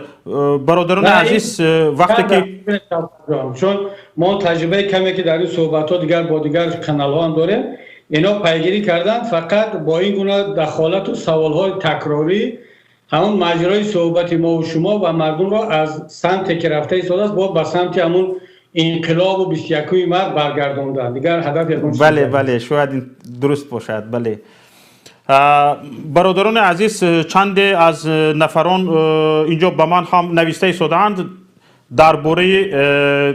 درباره وروخ، حادثه وروخ چند کس به چت من نوشتند و این پیشنهاد شما را ما دیده میبریم با دوستان مشورت میکنیم و حتما اگر نتیجه مشورت این شد که هفته آینده درباره وروخ باز هم با مردم برنامه فردای تاجیکستان را گذرانده باشیم حتما میگذرانیم. اما ما برای هفته آینده دیگر موضوع را در نظر داریم و دیگر موضوع آمادگی دیده ایستادیم، لیکن مشورت این شد که موضوع درباره وروخ باشد. انشاءالله ما در خدمتتون هستیم. حالا زنگ نو را قبول میکنیم. دوستان تکمه لایک را پخش کنید خواهش میکنم. الو لبای الو السلام علیکم. و علیکم السلام. به نهایت خرسند هستم اما که در هیجان هستم با استاد با شما. این بهترین این یک مبارک روز به من. تشکر بفرمایید. منبر از شماست. استاد درباره چی انقلاب یعنی یک کس برآمد گفت که این شما تشکیل کردید و یا شما تشکیل کردید اینا یعنی از گروه اپوزیسیون همه حکومت هستن. اینا ما مردم مهاجر تیار هستیم همه و یعنی که این حکومت میترسد از انقلاب. این کرانتین کشید اینا در هیجان هستن. مردم در تشنگی خونی ویا هستن. این شوبدین بدل و بازودی بردن که اینا بدونن این کرانتین دور میکشه. اینا ترس پیدا کردن یعنی از درون همو مهاجران یک از نبراد افته. و بعدا میگفتم که با استاد کبیری فقط با پیش شما بهترین شخص هستید. من شما را میشناختم میگفتم که این کس باطل همونه که شما حق بودید. سوره اسراء در قرآن خداوند در آیت 81 میگوید که حق آمد باطل میرود و باطل نیست شونده است. چی با که این امام علی رحمان سوگند یاد میخورد، قسم میخورد، همش دروغ و در حقیقت باطل است. استاد ما با شما هستیم. با خدا باور کنید این خنده شما، این چهره شما خرسندی میبیند، ما تنه ما یک خرسندی ما میدارد استاد. بهترین با خدا در سوره تین آیت چند بود؟ تین و لقد خلقنا فی احسن تقویم میگه. خداوند میگه انسان را در بهترین سرعت آفریدم، اما نه که مردم تاجیکستانی ما در نهایت بیسواد عقل کلته دارن. یک چاپلوس میبره شما جنگ تشکیل میکنند، خیلی میکنند، مقایسه نمیکنند که این مردم ما یکی هستن، هر یک جوانی هستن تماشا میکنن، علم دارن، دانش دارن، فهمیش دارن. اینا رو من در حیرت میدونم. هر یک شخصی که محدین کبیری و غیر مخالفان و مبارزان رو میشناسد، اونا جوانمرد هستن، نمیدونم که اونا علمی که دانشی که دارن در کدام راه استفاده میبرن. با فکر من بعد از مردن در روز قیامت استفاده میبرن. نه، این سوادی که دارن اینا در روز قیامت جواب خواهند البته شد، اما نه که نمیدونم اینا در کدام راه استفاده میبرن. بعدا مردم میگد که شما چی با انقلاب رو من میکنید، خیل میکنید، نمیگن. این مردم ما اروپا گفته یک چیزی بدترین و پسترین و کفارفترین، اما نه که نمیدونن که اروپا گفته دولت پیشرفته گفته میشود. این پیشرفته خواه اقتصادی، خواه اجتماعی، خواه امنیتی، خواه اپوزیسیونی باشد نمیفهمن اینا. چی با میگه شما من میکنین، چی با میگه شما نمیخیزین ما دگوین که رفتین با پیش جنگ انقلاب کنید یا خلیف کنید. او اینا در زیر کنترل هوای دولت قرار دارن. غیر اینترنت، غیر دیگه چیزام باشه سخن زیاد گفتن نمیشه. و مردم خواه محدین کبیری باشه، خواه گروه 24 باشه، خواه پیمان ملی باشه، فرقی نداره. او در زیر کنترل همو دولت هستن، در نظارت هستن. کلمه زیاد گفتن نمیتونن. خیزن بکشین، خیزن کورچه قطیروی، خیزن انقلاب کنید. او فهمی شما ده انقلاب رنگ همین انسان ها بارید. استاد محدین کبیری رنگ همین کس باری و غیر مبارزان باری. انقلاب از ویدیو سر میشود، از کلاس سر میشود. استاد با شما موفقیت، رحمت کلام، بخشش زیاد. تشکر با شما. برادر عزیز، یک کم لطف کردین البته درباره ما و کمتر مبالغه هم بود که وقتی بهترین میگه. نه، ما مثل شما هستیم، مثل حتی کمتر از شما و به عیب به کمبودی هم نستیم، اما هر چی که در امکانیت داریم در خدمت همین وطن و ملت است. فقط یک نکته را به شما بگم، همون برای من مهم است. شاید در همین صحبت شوکت جان دویم برادر شد که میگوید که قبلا من نسبت شما نفرت داشتم یا بعد میگفتم، بعد فکر میکردم، حالا تغییر کردم. وقتی که در یک صحبت یک ساعته 2-3 نفر میگویند، با من هم پیام های زیاد میرسد وقتی آخر که مردم زیاد یا عذرخواهی میکنن یا میگن که این تبلیغات زیاد زیر شما بود. در این سالها ما خیلی ها باور کرده بودیم.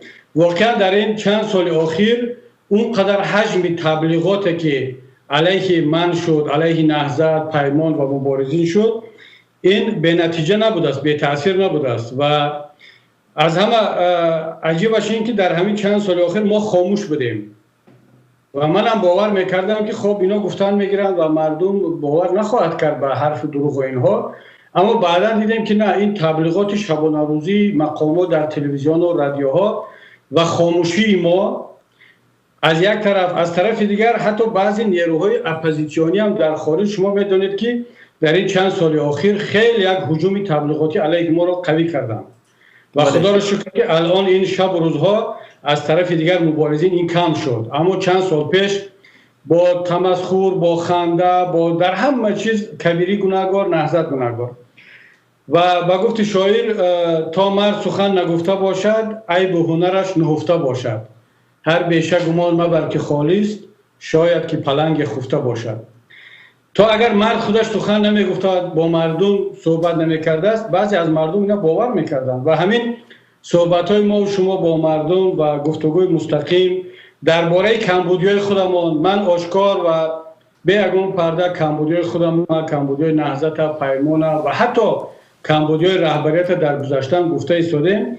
این صحبت های صمیمی بی پرده و آشکار با مردم علاقه تاثیر داده ایستادن و مردم هم احساس کردن که پیمان ملی، نهضت و خود من هم یکی از اونها هستیم. با همه کمبودی و با همه برد و باختمان فرزند همین ملت هستیم و خدا را شکر میگم که روز به روز صف این گونه برادران با این گونه فکر زیاد شده ایستاده است. تشکر زیاد استاد. یک زنگ دیگر را قبول میکنیم. بعد از اون انشالله با اقربه ساعت هم با پایان یابی برنامه اشاره میکند. لبای السلام علیکم و رحمت الله استادان گرامی. و علیکم السلام. مهمان شما را خیر مقدم میگویم به این برنامه و برای استاد سوال دارم که آیا بعد از انقلاب وقتی که در جمهوری تاجیکستان انقلاب می شود در خود حکومت یک حکومت الکترونی پرایویت و تشکیل می شود یا اینکه نه؟ 100%. امروز پرزیدنت جمهوری تاجیکستان بیان میکند که در جمهوری تاجیکستان سبب اساسی چیست که جمهوری تاجیکستان قرض بی بازگشت میخواهند؟ درباره همین کمی معلومات میدادن؟ بفرمایید استاد. سلامت باشید. من سوال اولتون حتما حکومت الکترونی باید تشکیل شود، چون که بدون حکومت الکترونی در جامعه امروز کار کردن، علم آموختن امکان ندارد. در تاجیکستان وقتی که من دپوتات پارلمان بودم قانون درباره حکومت الکترونی علاقه قبول شده است. خود همین حکومت امروزه تاجیکستان قانون شکنی کرده ایستاده است. قانون قبول کرده پارلمان را که خود حکومت پیشنهاد کرده بود اینک 10 سال می شود تقریبا که عملی نکرده ایستاده است. حکومت الکترونی یعنی چی؟ حکومت الکترونی یعنی که الان مثلا ما در همین اروپا در آلمان هستیم، در وقت کرونا ویروس دیگر از خانه بیرون نمیبره، سپراوکات رو، درست رو، سپراوکات رو از جماعت، از منیسیپالیتت از طریق اینترنت میگیریم و همین سپراوکات رو به جای لازمی میفرستیم. حکومت تاجیکستان چرا طرفدار حکومت الکترونی نیست که از طریق اینترنت بدون حضوری آمد و رفت مردم این کار حل شود؟ چون اگر از طریق الکترونی این سندها داده شود، برای مثال ساده کرده بیام، یک شهروند میخواهد که از جماعت سپراوکات بگیرد، برای یک جا لازم است، نمیدونم، اون را نامه می نویسد، الکترونی زپراس میتید به جماعت. از روی همین قانون قبول کرده ما درباره حکومت الکترونی، جماعت یا همون نهاد دولتی باید که در همون مدت معین شده به این شهروند همون سند الکترونی را بفرستد و اون شهروند این سند را میگیرد، پرینت میکند یا هر کاری که میخواد باز در جای لازم استفاده میبرد. وقتی که کانتکت نیست، از روی قانون در این مدت باید که اجرا شود، مسئله پول و مال دیگه از بین میرود. اما شهروند وقتی که میاد مراجعت میکند شخصا به نزد اون رئیس جماعت، به نزد یک مسئول دولتی که در دستش پیچک است، اون میگه که خب من این سپراوکات رو برای به شما میدم، نوبت زیاد است، فلان است. این بیچاره مجبور میشه میگه که من به شما 100 سومان هدیه میدم و شما همینا در فلان روز میام اینا برای من آماده کنید. فردا میرن این بیچاره که رئیس جماعت یا جنازه رفته است یا خدایی رفته است، یگان معرکه دیگر. حکومت تاجیکستان که در اساس کروپسیا بنا یافته است و پرزیدنت از وزیر وابسته است که باید هر ماه پول جدا کند، وزیر از معاون از نچالنگ اپرالین از رئیس ناحیه، از رئیس جماعت، این سیستم پول جمع کنی از شهروند تا بالا میرد. اما اگر حکومت الکترونی باشد، این کانتکت مستقیم نباشد، دیگر نمیتواند یک شهروند پاره را یا رشوه را به طریق بانک کرد. این از دست به دست داده میشه، چون حکومت الکترونی رو از بین میبرد.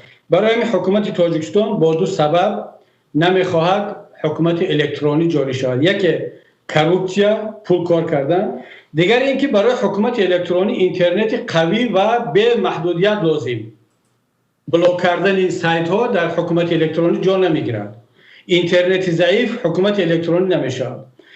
اگر حکومت تاجیکستان بیاد اینترنت رو آزاد ماند، سرعت رو بلند بردارد، ارزان کند، در این صورت ما و شما با مردم صحبت آشکار کرده میتونیم. یعنی همون بیداری مردم بیشتر میشود، آگاهی مردم از دموکراسی، از آزادی، از فسادکاری حکومت زیاد میشه. بنابراین حکومت تاجیکستان در مقابل دو تا گفت روسا ویزف میگن چالش یا چالش قرار گرفته است. از یک طرف بخواهد حکومت الکترونی را جاری کند، قانون هم قبول کرده است که خودش اجرا نمیکند. از طرف دیگر میترسد که اگر حکومت الکترونی را عملی کند باید که اینترنت رو رها کند، آزاد ماند، نرخ اینترنت رو ارزان کند و پول هم از مردم دیگر نگیرد برای سپرافکا و برای مثلا حجت های دیگر. به همین خاطر دوستی عزیز، ما یا پیمان ملی یا هر نیروی دیگر که در حکومتی نوآمد، اولین کاری که هست این عملی کردن حکومت الکترونی است، از طریق ارزان کردن اینترنت، سرعت بلند اینترنت و برهم بردن این کانتاکت های فیزیکی بین یک مسئول دولتی و یک شهروند، یا حداقل مینیمالی کردن. شاید 100% این کانتاکت ها رو نمیشه بیکار کرد، اما این رو باید مینیمالی کرد که دیگر همه کار از طریق بانک، از طریق اینترنت انجام شد. اما سوال دوم شما درباره چرا حکومت تاجیکستان قرضهای بی بازگشت میگیرد؟ برای آنکه حکومت تاجیکستان دیگر اون اینا میگن دویریه، کردیت دویریه سازمان های پولی جهانی را از دست داده است. هیچ کس دیگر به تاجیکستان قرضی عادی معمولی نمیدهد، برای آنکه تاجیکستان امکانیتی برگرداندن قرضها را و فایز قرضها را دیگر ندارد و بنابر همین تاجیکستان همیشه درخواست میکند برای قرض بی بازگشت. معنای این را دارد، اصلا این را نامش میگن گرانت.